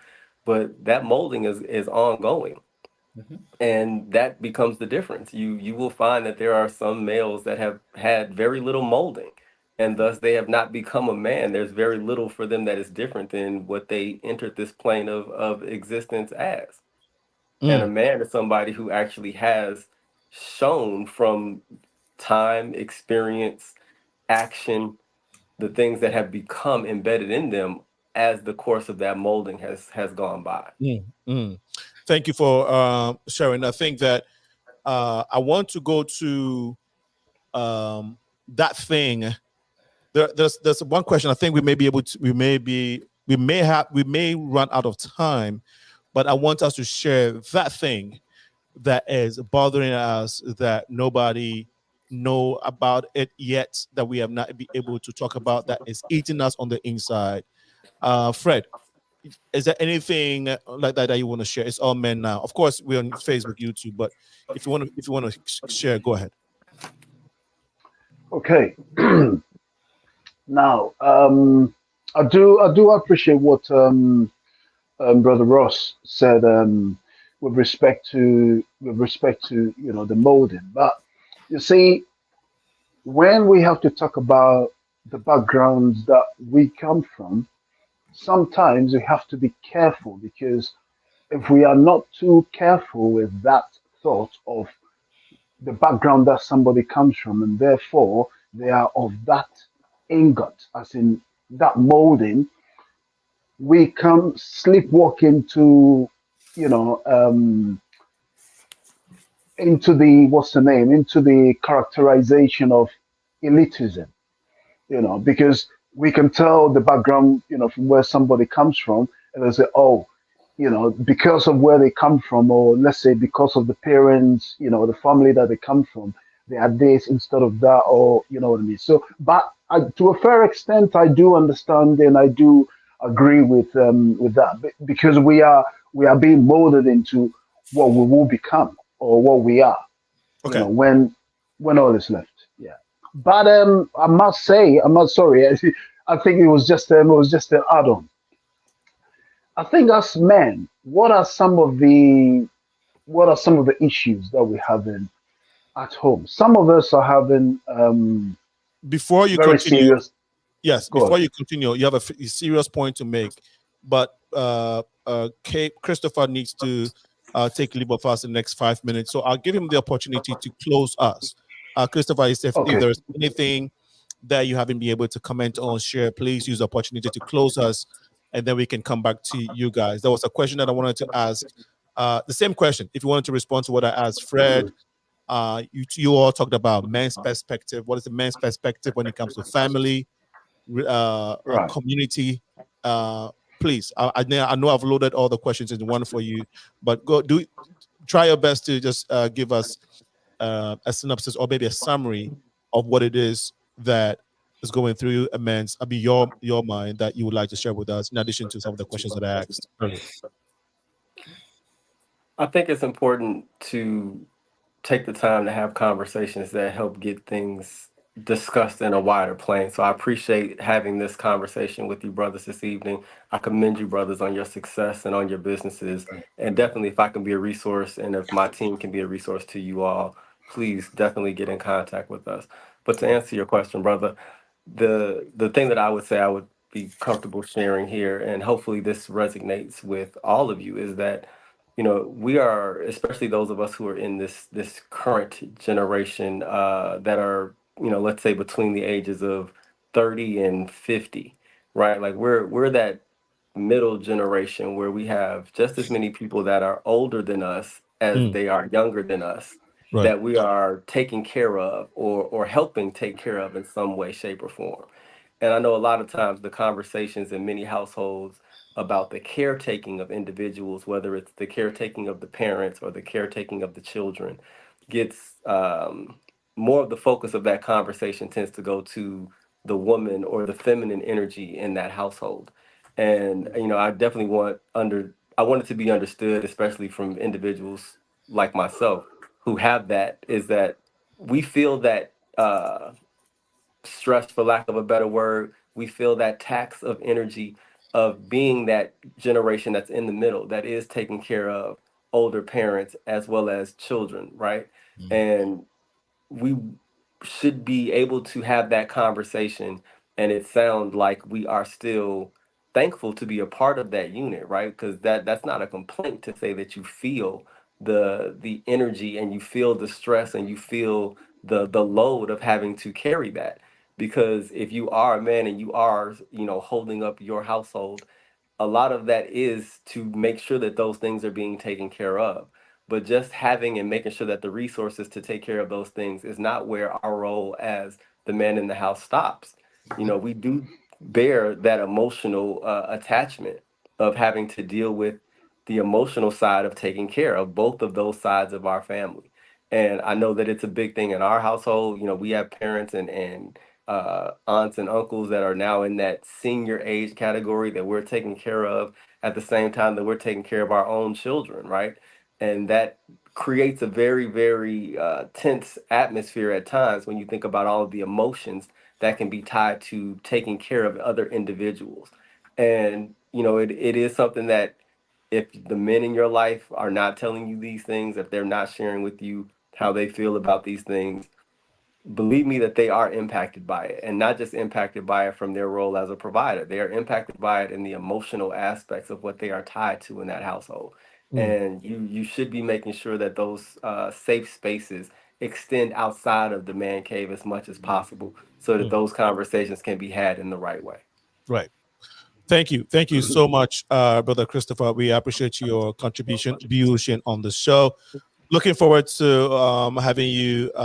You guys all sound like marriage counselors. I don't know, for some reason. You've articulated the questions that I've asked, that we have this, and the topics and some of the things we've touched on eloquently, expertly, and we really appreciate it. You've used a lot of wisdom and also have been frank as much as possible. Thank you Yes, for thank you guys again. and we look forward. tgroupcorporation.com if you guys want to look us up. TEACgroupcorporation.com. Definitely feel free to contact us on the website. It'll allow you to send us an email, and somebody on the team will definitely follow up with you about whatever your pursuit is. And again, brother, I appreciate the invite. Please, any and all times where we can make this work from a scheduling standpoint, do invite me to be on. I would do nothing more than be a gracious and willing acceptant of that invitation. So again, you Fantastic. guys, thank you for your time, and brothers, appreciate you all being here and sharing what you all have shared. It is always a wealth of knowledge whenever we have individuals like ourselves sitting at the table and sharing with each other. So I look Yeah, forward to seeing you guys here in Chicago in June as well, brothers. definitely. Awesome. Awesome. Well, thank you so much, Christopher Ross. We will be hearing from him again. Go ahead, Fred. Okay. Now, I think I have a message, Mm, and the message is more to to do with some of the things that black people, Africans, or predominantly for what we are, Ghanaians, what we face in the diaspora. Mm, Um, like I said, I've lived my life. I come from whatever background I come from. Never laid a finger on any woman I dated. I've never had a police report ever in my life. So I went on a business trip in 2019, and I had information. I mean, the woman my then wife. I'm sorry, I'm divorced by the at the moment. But a woman I married or was married to, I received information that my children are being abused in a way. Now with my ex, I'm a domestic violence victim. Now this is very poignant to what I'm about to say. mm, I mean, for men, being a man, sometimes yes, you can defend yourself, but not you don't defend yourself in, let's say, hitting the woman or hitting back the woman. But what let's say if you have a heated argument with a woman, right, and they can call the police on you, when they draw a knife on you, and maybe you take the knife from her and you don't call the police, what happens? Because what if something happens and then she turned the table around and she says to the police that you hit her or you do this and you do that? Obviously the police is going to take her side of the story because, again, programming, we've been programmed to think that men are the violent ones.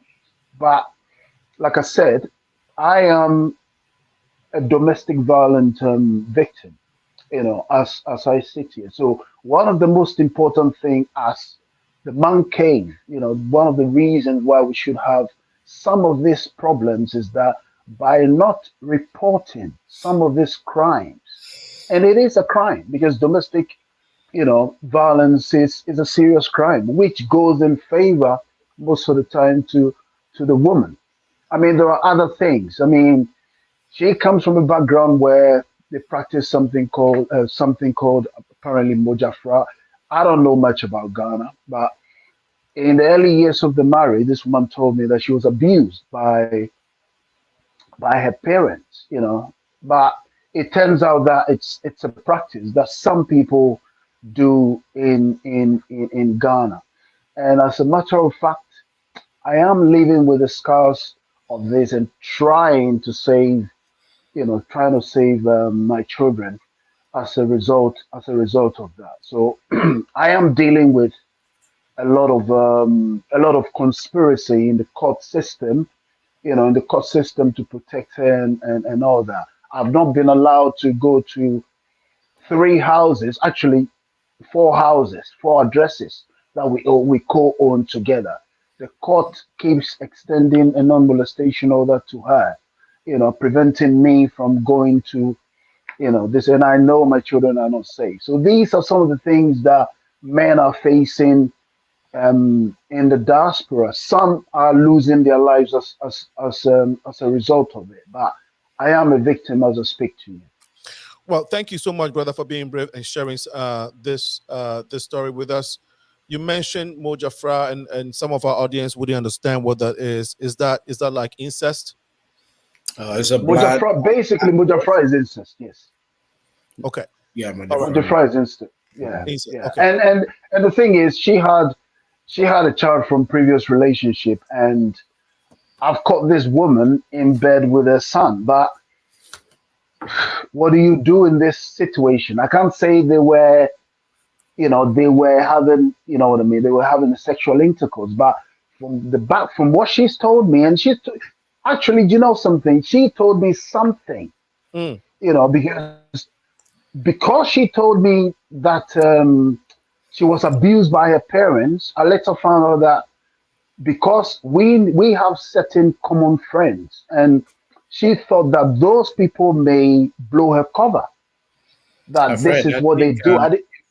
if we have it in a court system, I think I would advise you to You don't want to use this as as something against you. So I think. No, no, no, no, no. Oh, I can freely talk about it. Don't oh, worry. okay. All right. I can freely because in some of the proceedings, I represented myself, so Oh, okay. I can freely express myself. Yeah, yeah, yeah. You know. So yeah. So this is the situation, but it is happening to a lot of men in the UK. You know, because a lot of the women from that part of Ghana have joined communities where they link up with pastors and other things, so they kind of protect them. So a lot of them also work in organizations where they work with children, so they are in a place of trust, you know, and that kind of a thing. So that's just my story. I don't want to go too deep into that because it is very disturbing. Mm. How long have you been Yeah. dealing with this? I was in Ghana. I went on a business trip in Ghana in 2019, and I came back to a non-molestation order. And as a matter of fact, the non-molestation order prevented me from going to all the properties we've got. So I have been homeless for the past how many years? Since 2019. Oh, Wow. Yeah. oh. Well, so you've been homeless for since 2019. How do you, so where do you stay? I just crash with friends and I mean, whoever has a little bit of space for me. But we did a job with the English footballer, the captain. What's the name? Hurricane. So he gave me one of his houses. The parents gave me one of his houses to stay in for, I believe, close to like 2 years. But that house was bought for investment purposes. It was gonna be knocked down and rebuild, and so this is how I've been getting by. Wow. Um, so Harry Kane is yes the captain of the England national team. Are you saying Yeah. that you took this matter to him, or you're working with an No, organization no, no, no, no. No, located we did. No, sorry to interrupt. We did a project with the parents because they buy what's the name? They buy houses, as some kind of investment. So we did a project with them, and they said they've got some house, laying by because then I had some kind of a bed sit, like the government or the council provided some kind of a bed sit for a couple of months. Mm. I was receiving death threats from whom I do not know. But Oh, when I told them, they asked me to take over one of the house until it's ready to be knocked down. But yeah, this is my actual story. But like I said, a lot of men are committing suicide. A lot of Ghanaian men are committing suicide as a matter of oh. um, A lot of how. Ghanaians are committing suicide in London, Yes, in the UK, yeah. in the But UK. again, people don't even want to talk about how what I mean, how they died or something. So Mm, yeah, They're not yeah. talking about the reasons why they committed suicide. No, no. Mm, You see, a lot of people don't are not aware of what's going on. I have been fortunate, to see this woman, like I said, in some, like I said, you see, being a man, you have to be able to have some kind of uncomfortable conversation, right. with a woman you might. And since she told me that she was abused by her father, I got into some conversation with her. Now, she actually revealed what goes on in the community, but her way of defense is that she's a Christian. The family are Christians and they don't do that. But she told me to the T how they got away with this. And as a matter of fact, I am living the experience of how they get away with this. So what you're Yeah. saying essentially is what you have found yourself entangled with is bigger than you. Oh, I will say that because you see, the issue isn't the fact that she's getting away with it, but the institutions that are helping, Right. Okay. that are helping. They see. I will say the only thing I have is the fire, the will, Mm, to fight, which I believe is what is driving them crazy. To be honest with you, but I have to basically, I have to cut myself off. Um, they send some of the, you see this the order, which, like I said, I have no police report and all that. And the first order was obtained ex parte, meaning I didn't attend court because I was on a business trip to Ghana. By the time I came back to the UK, I had a Muslim, a non-molestation order waiting for me. So they have extended the order in such a way that it I can't be in the vicinity of my area because they have extended it so much that I wonder who they give this kind of order to. Because from something that was 50 meters, now it's five. Is it 5,000 or something? 500 or five? Something stupid like that. are you able to travel outside the country in this Yes, circumstance? yes, yeah, I can. Okay. Yeah. And do you have some of your family members in UK?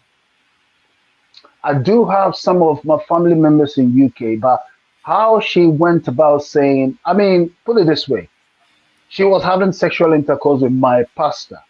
Wow. Now, there's nothing emotional on that side because you know what I mean.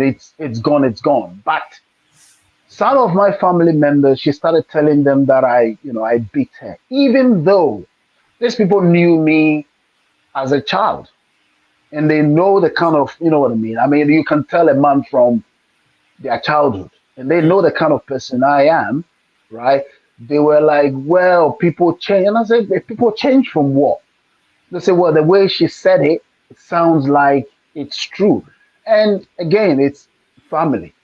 You know what I mean? Quote unquote family. Like I said, Right. when issues comes, you get to know what people really, you know what I mean, what people really, really have on you. Mm. So yeah. So But a lot of men are going through this, so what I'm so talking about. so you're saying a lot of men are going through similar things or just some other problems? No, no, no. A lot of them are sorry. A lot of men are going through similar things because anytime I go to the court, right, and even though I wasn't expecting, I mean, okay, when they say a kangaroo hearing, you may hear it, but you may not have an understanding of what a kangaroo hearing is until you have sat through one. Okay. You know what I mean? Again, some of us may have used, or some of you may have used the services of a lawyer, but you have never needed a lawyer because a lawyer you get can throw you under the bus. You know what I mean? Okay. Either. So okay, good. No, I think that it's a mouthful to hear what you're going through It is. and what you're It sharing. is. And if you say a lot of men are going through, are you saying just men in general in the UK or Ghanaian men?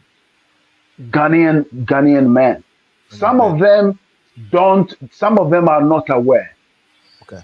but some of them.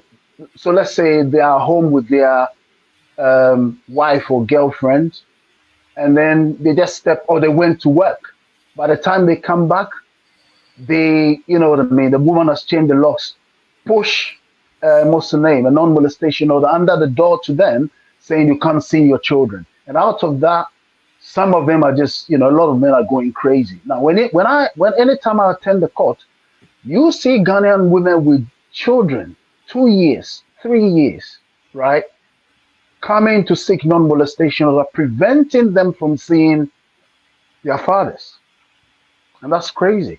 How often do you go to court? I've been to court many times. I've been to Okay. court Okay. many times. Are you still going to court?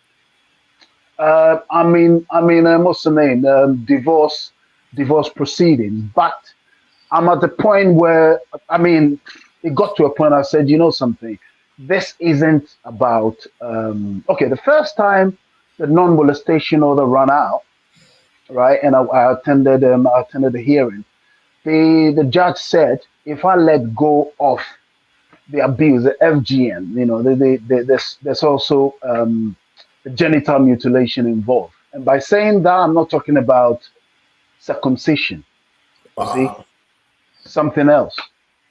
The Wow. judge said, if I allow you to see your children, would you let go of the FGM investigation? And I said no, because I would like some kind of a hospital or a doctor's examination or something, because I need some kind of a guarantee, And by saying that, the judge just went into one and say, yeah, he's gonna extend the non-molestation order.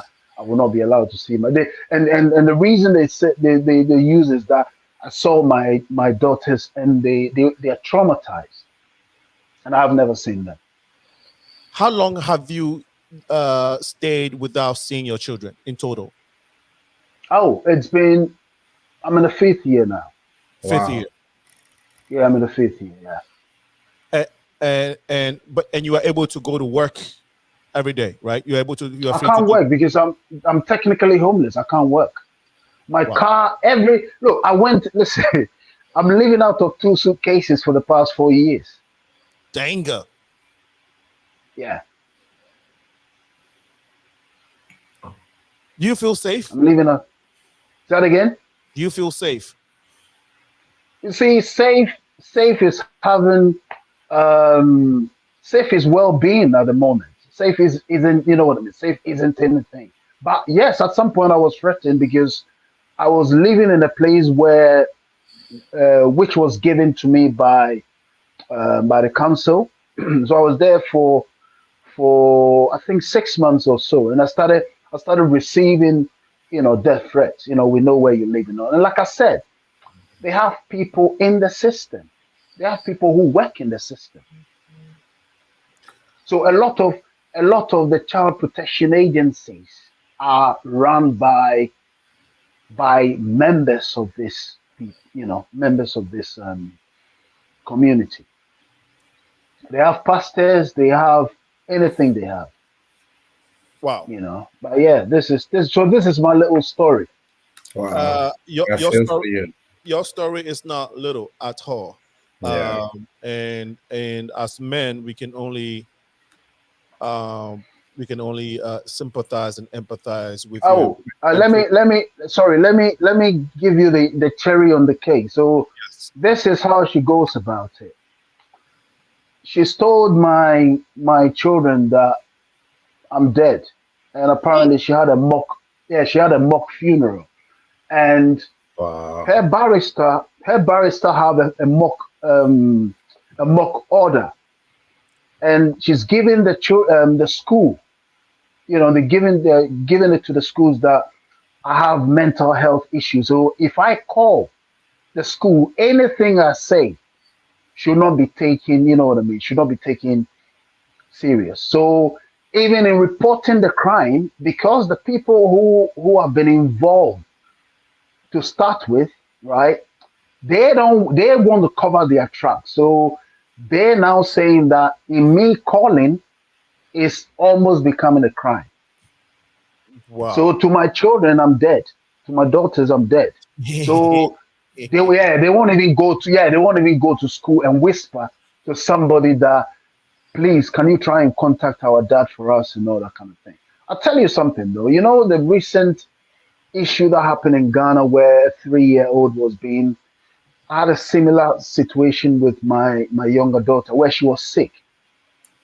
Fortunately, I was able to redirect some mail, so I got a hospital report. But again, the court is not interested. So this is the year that I thought, something. It's not about my children anymore, but it's about people who are harming people in the system, because it feels like once a child is born into this community, their future is doomed for good. Wow. Have you thought of moving back to Ghana and so to get away from all of this? I can't. You can't get away from it. Can't Wait, get away from it. even when you go. Okay, so you can. Okay, I know your kids are there and you want to see them. Are you No, no, living? no. You see, no. It's not. Let me let me explain something. It's not seeing them. It's saving. I need to save their lives. Okay, That's what it is. Yeah, I need to save their lives. So you see, so there this is the are. I, this is the only reason why you are staying in London. This in the UK. thi- This is the only reason why you want to stay in the UK. this yeah, this is the only reason why I'm in the UK. And you see, I mean, somebody will say at this present moment, can't you do this? Can't you do that? You know, the thing is, this is happening in my timeline. I have to deal with it. Mm. This is my life, and I have to deal with it. I can't compare what years have gone by. This is this is my story, and I just have to deal with it. I don't. I think I'm short for words and don't know what questions to ask. Yeah. The brothers have been listening. Brother K, I know you would like to comment on something. I really feel for Before that, I know we've gone past the time. It's 11 minutes past 8, but we needed to give our brother the time to get these things out. We are at the men's cave, and so this is the sole reason for this topic for today. So please bear with us. And somebody just sent a comment. Let's read it. Cheryl says, "Praying vindication for you, brother, that your righteousness may shine like the moon, day sun. Please pray the blood over you and yours daily. Please pray the blood over you and yours daily." Thank you Thank you. for sharing that. And she says, "Can you ask if the Cash App is or something?" Okay, so I think she wants to know if you have Cash App or something because she feels touched by your story and wants to be able to support. Oh, Go ahead. let me say this now. Yes. Um, so a non-molestation order, so that you understand, is that let's say I'm causing trouble in my home. Mm. In this case, I was on a business trip to Ghana. So let's say you're in a marital home and you're causing trouble, right? Now the court can now send an order, or sorry, the woman can get an injunction. Now to get an injunction, you need a police report, meaning the police may have visited the home, right? So you need a police report to prove that yes, indeed, this so and so person has been causing problems. But let me tell you who is on the order. Her son, who was then 23, I believe he's going to be 28 this year. The son, the brother, the sister. Now, the sister is related to a politician in Ghana, right? The sister, her half sister or stepsister is related to a politician in Ghana who is drunkard. Apparently, they did this to him when he was doing his masters or something in the UK, and he's a drunkard. I won't mention his name, but the sister was on the order, and herself is on the order, and now the two in-laws, her parents, who were living in Ghana, were also on the order. So the British law is protecting 6 people, from a man who has no criminal record, plus 2 people in addition to the ones that are here. And if I say they're here, the only people who may be in the house should be my wife or my ex. She should be the only person on the order, but no, 6 people, right? Including 2 who are in Ghana. And you said So this. the parents. Yeah. Sorry, go on. No, go ahead. No, so I said the in-laws. I mean, who came to me and told me that your daughters are being exposed to whatever, right? Their names are on the order. The British law was protecting them. Wow. So this is messy. It is. It is a whole story that needs an hour. It needs a whole episode for for us to be able to delve completely into And what you're going through. and Alinko, Senna, just to touch, just by being maybe courageous and brave, because you see, what is shame? That you once dated a girl who was sexually active with her own parents or her own father or something like that. Now let me tell you where how crazy this thing is. In the last month or so, I've had conversation with three of my very good friends. Just by exposing a bit of my story, they told me that they have experienced that in their life, but they didn't tell anyone because of the shame. I said, whose shame is it? I say, you see, by not telling, because you see, if you don't tell your experience or your story about, they say these people feed on the energy of silence. Yeah, they feed on the energy of your silence, because if you don't expose some of these things, this is what happens. How would anybody be able to pinpoint or identify these things in order to prevent them in the first place? I think it's very, very critical. Now let's go back to the question the lady asked earlier. uh I think, okay, okay, so somebody asked how they can help you. Are you allowed, or are you able to receive cash donation or any type of support from anybody? I can't. Yeah, I can't. Yeah, I believe I Okay. can. I can. You know, Oh, I can. you But can. Okay. I think what will help me a lot, Okay. Uh-huh. seriously, what will help me a lot Hmm. is, I can't say, I know this is already public. This is the first, public outing I've had, and I believe I've been praying in my heart. I'm not religious, by the way. If there's any if there's any religion worth practicing, I would say humility. Mm. But I've been praying in my heart that this year should be the year that I have to let these people know that enough is enough. So as I'm speaking to you, it now dawned on me that I have to write to the local MP. Now, not that I'm expecting her to do anything, but so that the story came to a table, and it came to a table. Just as simple as that. Okay. And you You said know. you said what you said you were going to say what would help you now. What is that? Um any form of support. Any Right. form of support will help. But for this to stop, Mm. for these people to be exposed. For these Okay. people to be exposed. Okay. I So mean, there's this man. Sorry, again. I mean, no, there is go ahead. this Go ahead. man Yeah. whom quote unquote my wife or my ex said he raped her, right? And apparently the children has been exposed to this person, and Oh boy. he's a basically, if you search into the American history, Yeah. Charles Mason. Sorry, Yeah.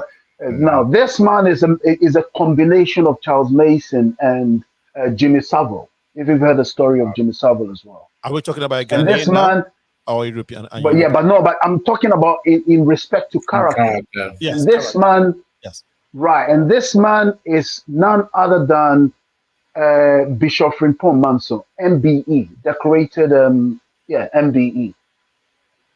He's So involved with what I'm talking to you about as well. okay. So you just mentioned Bishop Fripo Manso as the corporate.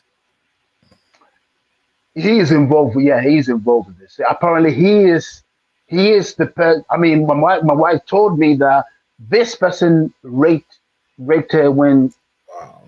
when she was whatever, and it just happened that I had a conversation with my daughter once, and then they said that they went to a function where she was introduced to this man. And I've done my own digging, and I've spoken to not less than 10 people that this man have sexually assaulted. And this man lives in the UK. Yes, he lives in the UK. You can Google him as we speak. Wow. Bishop Frimpong Manzo. I mean, a known pedophile in the Ghanaian community. And In the UK. like I said, yeah, he lives in the UK. Yeah. I mean, everybody knows this man. Everybody knows this man. Everybody knows this man. Wow. Okay, brother K. Please. I don't know if you want to comment on this. I'm just out of words, and I just feel for you. I I just pray for you, and I hope the mental health that you carry now should still be strong as better than what you have now. To carry you all these years to where you are, Mm. I think you should stand up for your kids no matter what. Thank I you. mean, what is life all about?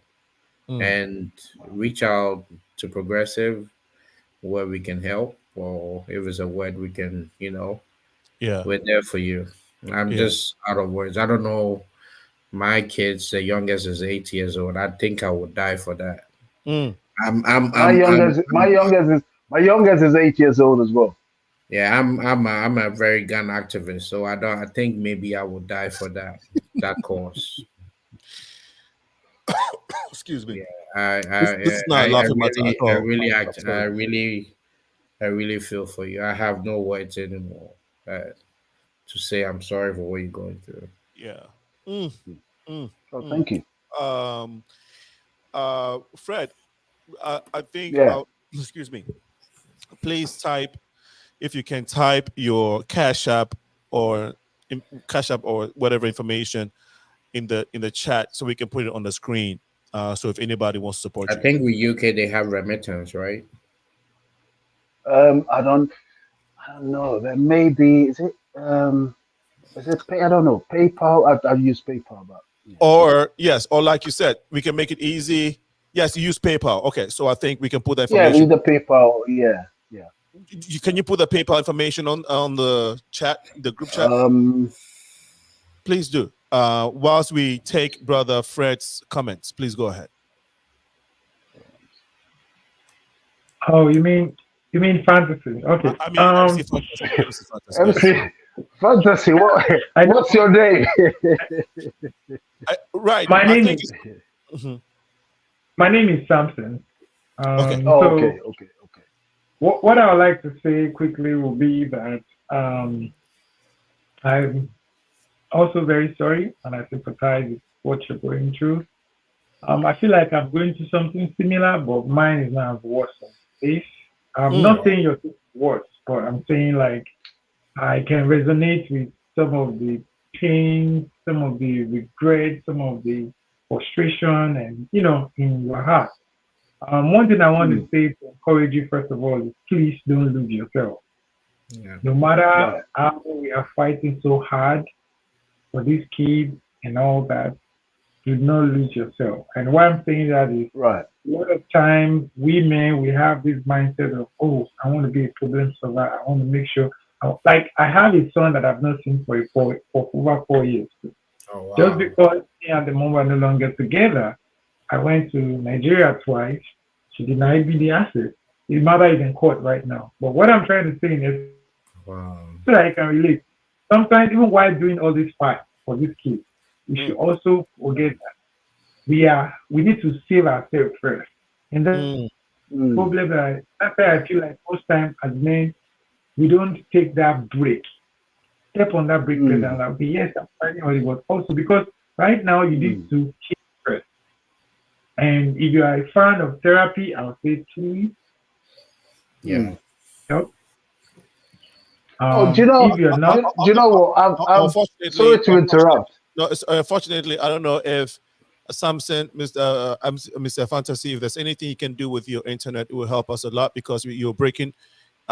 We would really want to hear what you're saying because you're making some very powerful points, and also want to give you the chance to share that story. I know we've gone way past our time. It's 8:25. I know folks are going to try to go to sleep.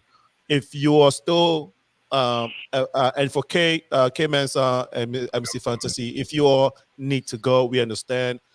but we just wanted to we wanted to be able to accommodate our brother. So please let me know. You can put it in the chat.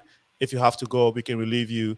And for those of you who are watching, Senna, we appreciate your. Senna, sorry to interrupt, but Go ahead. Go ahead. sorry to interrupt, but a lot of these charitable organizations, not all of them, not all of them, because my in-laws run a charitable organization in what's the name, in Sunyani, right? Now, my wife used to tell me that children goes missing and all that. I also will hear through the grapevine that, because you see, when you're married into this family, when people are talking and they see you coming, you know what I mean, they tend to be quiet. They don't, you know what I mean, they stop talking. When they see, let's say, the husband is coming, they stop talking. Until when this incident happened, I was in Ghana, and sorry, the father tried to, the father-in-law trying to get me one corrupt policeman. So when I went to the police station, Adenta police station, I found out that my father-in-law was sleeping with little boys as well.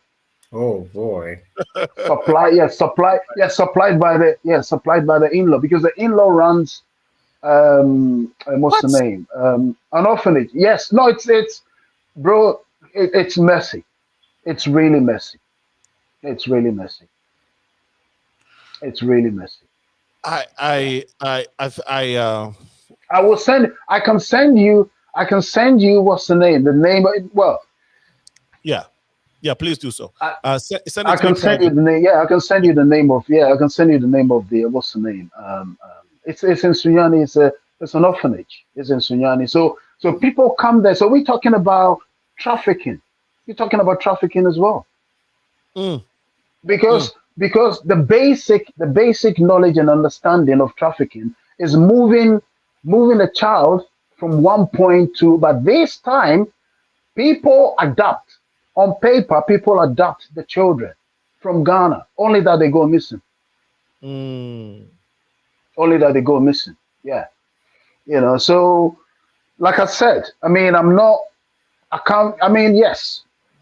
I mean, quote unquote, if I were some dog, this would be, what's the name? A chance for me to go gallivanting, Right. But like I said, the time gone by is not time gone by. This is my life, and I have to deal with it.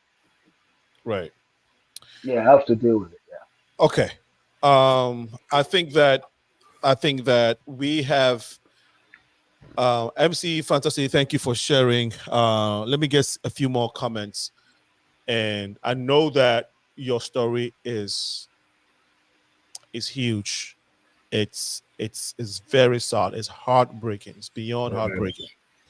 And the little we can do is to offer you the our platform and the extended time to be able to let out some of your pain. Yeah. And you've handled this like no other man I've ever witnessed. Like you've handled this with brilliantly. And I know you said you're not a religious person, but there's a God in you, or there's a God outside there that is taking care of you and putting you together. Because like you said, people have Oh witnessed no, what you're going sorry, through and Senna. suicide. Senna, listen. I was in the church choir. I played drums in the church. Okay. But like I said, she was sleeping with the pastor as well. So if I say I'm not religious, I mean, So you get to know left the what I church mean. because of this. No, Okay. I All was right. in the church when I traveled for a business. I went on a business trip. And then when you came back, this happened. No, I was informed whilst away because the parents are in Ghana. Are your parents in Ghana? No, her parents are in Ghana. How about your parents? Oh no, my mom was in the States, but she only moved to Ghana quite recently. Okay. And your dad is still with us? No. My dad is Is late. deceased. Okay. Sorry to hear that. Yeah, my May dad so is rest late. in Yeah. peace. Okay. Let's take a few comments and we can try and we'll do well to wrap up the conversation. I know MC Okay. Fantasy has to go. MC Fantasy, I'll let you give your last comments. K Mensa, if you're able to spend the next few minutes with us, let me Yeah. know. Put it in the chat. Okay. We have Edway Mas Masudon, praying for you, Fred. Stay close to God and prayers. Nicholas says, interesting, the dark side of this world. And then please need okay, so her phone need charging, must leave the conversation. It's heart wrenching. Okay, so she couldn't take it anymore, so she had to go. It is really, really heart wrenching. This story is crazy. This is real. This is someone's daily life story. That's Yeah. unbelievable. Yeah. And not just someone. This is Fred Wolf's daily life story. That's MC Fantasy. Please close us. Give us your closing remarks as you leave us this evening. Go ahead. First of all, I want to use the medium to thank the organizer and the founder of the show, The Progressive Mind. You have no idea what you've done into the community, especially as a man. This is a big platform that I feel like everybody should support and participate one way or the other. Thank you for giving us the platform. I also want to thank my brothers, both Big Daddy and Yes. Fred, It's all right. and Big Mr. Daddy Fred. K. Yes, I know, sir. like Mr. Fred. I can resonate with some of. I would like to connect with you if you don't mind. Maybe we can talk Yeah, offline. I yeah, think cool. what we just need more is to have conversations. It doesn't have to be on social media. Sometimes it might just be a WhatsApp call. We can just jump on call, share ideas, rub minds, because we all need healing. And I think that's another way of healing. So, have Yeah. minds that you share similar ideas and, talk about it. I would have loved to say more, but because of family needs, so, but thank you so Right. much for Progressive Mind. I'm How can more we than get tickets? How can we get tickets to the event? And where can we Oh, find thank more you. information? Actually, you can get tickets to the comedy show by going to my website, fantasyentertainment.com. The TER is spelled TAR. Fantasy, that's the website. Or you can also go on Eventbrite and just type Fantasy Island. It will pop up so you can get your ticket through that. Or you can follow me on Instagram. You send me a DM so you can get more information. My handle is MC Fantasy on the mic. One word. So thank you so What day? much. I appreciate you. God bless you. What day is the event?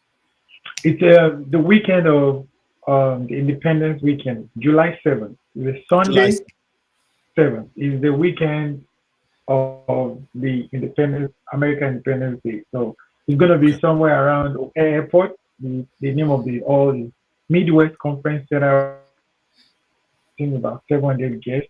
People are coming all over from the world as guests to come and attend. The theme of the event is Fantasy Island. So you have to dress tropical. So each table is, representing an island. So it might be a Okay. good time for men to bring your family. It's a family friendly show. You can bring your family. If not, you can also come by. So just come on, wine and enjoy. There will be music, food, and every other thing you want. So thank you very much for this And platform. I comedy appreciate as it. well, right? Yes, comedy, music, food, what else? Entertainment in general. Okay. Who are some of the main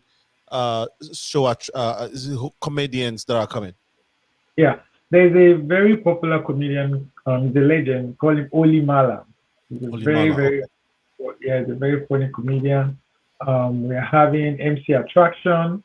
He's a very funny comedian. We are having Sako, extreme comedian. I'll be doing my set as well. We are bringing a legendary African legendary DJ Jimmy Jazz.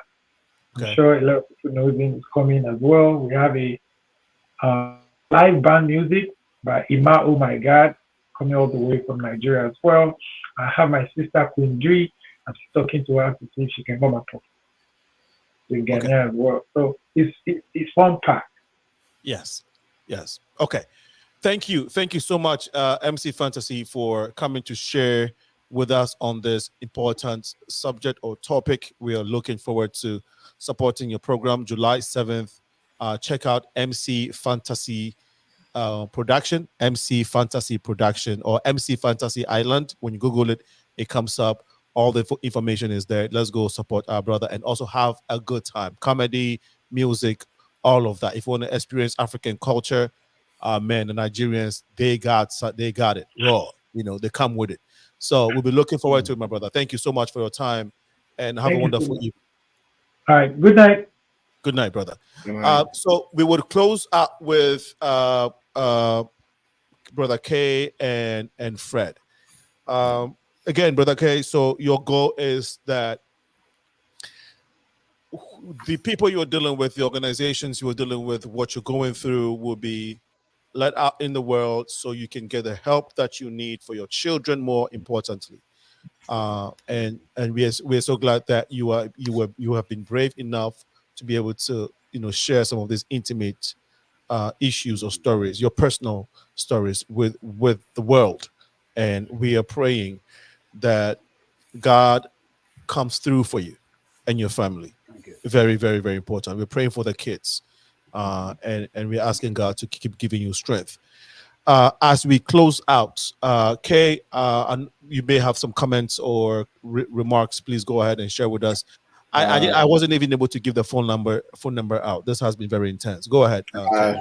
Yeah, so my phone number is 703-501-7696. I used to live in Virginia, so I've kept these numbers for the past 22 years. Mm. If you want any remodeling or even just an advice going to buy a building, I have the best real estate agent in Columbus that can help you, affordable, and will get you into a beautiful building. Um, my final words are I think ladies need to have their men have their divine rest, and that's how I call it spiritual hibernation. Men tend to be problem solvers. If we have our 20-10 minutes a day, just allow us. And when we Mm. come out, we become something different. Come to us with problems, like a story of how you got embarrassed that day, what you were afraid of today. Men technically will come to you and help you solve that problems. But going to the basement after being so loud and coming out and then you hitting me back again doesn't really solve issues. Let's come together, understand the men, and then we understand you guys. Mm. And I want to say, Progressive Mind Show, it's an honor being here and on this great platform. I've been hiding in the text all the time, but it's a great show, and salute to you and all you do. Thank you. We thank you for coming. We're glad that we've been able to pull you out to be on here to share. And so thank you. I know you have been a supporter and a follower of this platform, and we appreciate the efforts in supporting the work that we're doing here. Thank you so much. Right. Mhm. Fred, we'll give you, please close us, and we hope that at least you've gotten some emotional or internal relief just by being able Oh, to let the world know and let the brothers know of what it is that you're going through. okay. I would like to say a big thank you to everybody who has been on the show. And brother Senna, I mean, bless your heart. Mm, Bless your heart. mm, The next thing I would like to say is that it's not even a secret anymore that women boast of how much they last longer than we men. And it is because we don't share our stories to each other, mm, because we wear certain blankets of shame and this. And the thing is, when you read the characters in the Bible, let me use the term characters in the Bible, right? You get edification because somebody shared their story. Somebody share their story. I mean, if you read anybody who is in the Bible, they are there because they share their story. The Mm. story of Job, anybody in the Yeah. Bible is because they share their story. So I believe that some of the sayings that we've been going by, oh, men don't talk, men don't share emotions and all that. It's good when you're a child, but when you grow up, we need to see the light for ourselves. Right. If indeed there is a light, we need to see it. And the thing is, I'd like to say a very big thank you to you. And we need to be able to share, you know what I mean, to Yeah. share, have heart to heart with each other without fear. Right. Without fear. Wow. Uh yeah, you're a different kind of man. And I pray for you. I'm lost for words, but we are confident that the God has kept you, would keeping you and, and the children, and would fight for Thank you. you. But also, please, I didn't get the PayPal information I mean, because I can't type it unless I send it to you. oh, you can type it. Yeah, Hold on one second. you can, if you can put it in WhatsApp, or oh yeah, yeah, because of the phone. Okay, let's close it out. Yeah, because I'm using the phone. Yeah, yeah, Right. Okay. So, here is yeah. what we'll do. Here is what we'll do. We would post it. We'll put it on our platforms, right? Okay, We probably create a flyer and put a general promotion out there, or a public appeal out there for Brother Fred Wolf, with your consent and permission.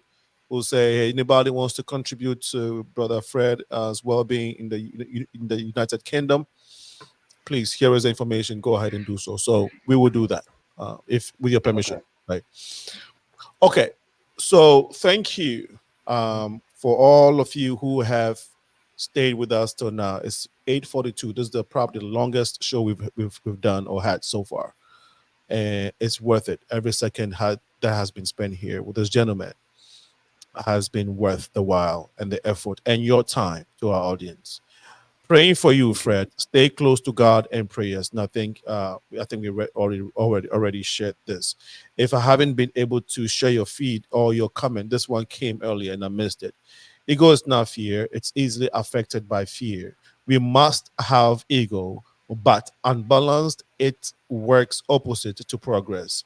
Ironically, it's the psychological self, but unbalanced self awareness is cut off. All right. I hope I've been able to read it accurately, and your point has been made. Thank you for bringing that comment. And again, if I missed anything, please pardon me. It's just that sometimes I do not see all the feed while here, so that's why we need your assistance. Doing the production and the presentation by myself, so it's quiet. So if I missed it, please pardon me. Next week Tuesday we'll be here for another important conversation about the diaspora and in the effort of building our community. This episode has come to its close for today. We hope that we can continue. Actually, I think we should come back and because there's more to talk about when it comes to men, and why we need our man cave and the things and the conversations we have in the man cave. On that note, Brother Kamen's general contractor in Ohio, Columbus, Fred Wolf, who's an interior designer and also has a knack for architecture. Thank you for sharing your stories and being on the show this evening. Like to take the opportunity to thank all the folks that have helped to produce this show, and we always want to end by saying, to whom much is given, much is required. As you've Thank heard you. the stories, especially that of Brother Fred Wolf in the UK, whatever it is that you have within your bandwidth to support and help, reach out to us. The Progressive Mind Show Facebook page, Instagram, or you can email info.progressiveminds@gmail.com. Info.progressiveminds@gmail.com. All right, that will be it for this evening. My name is Senna, aka Alinko. God bless. See you soon. Have a wonderful evening. Bye Oh, bye. thank you. Bye. Thank you.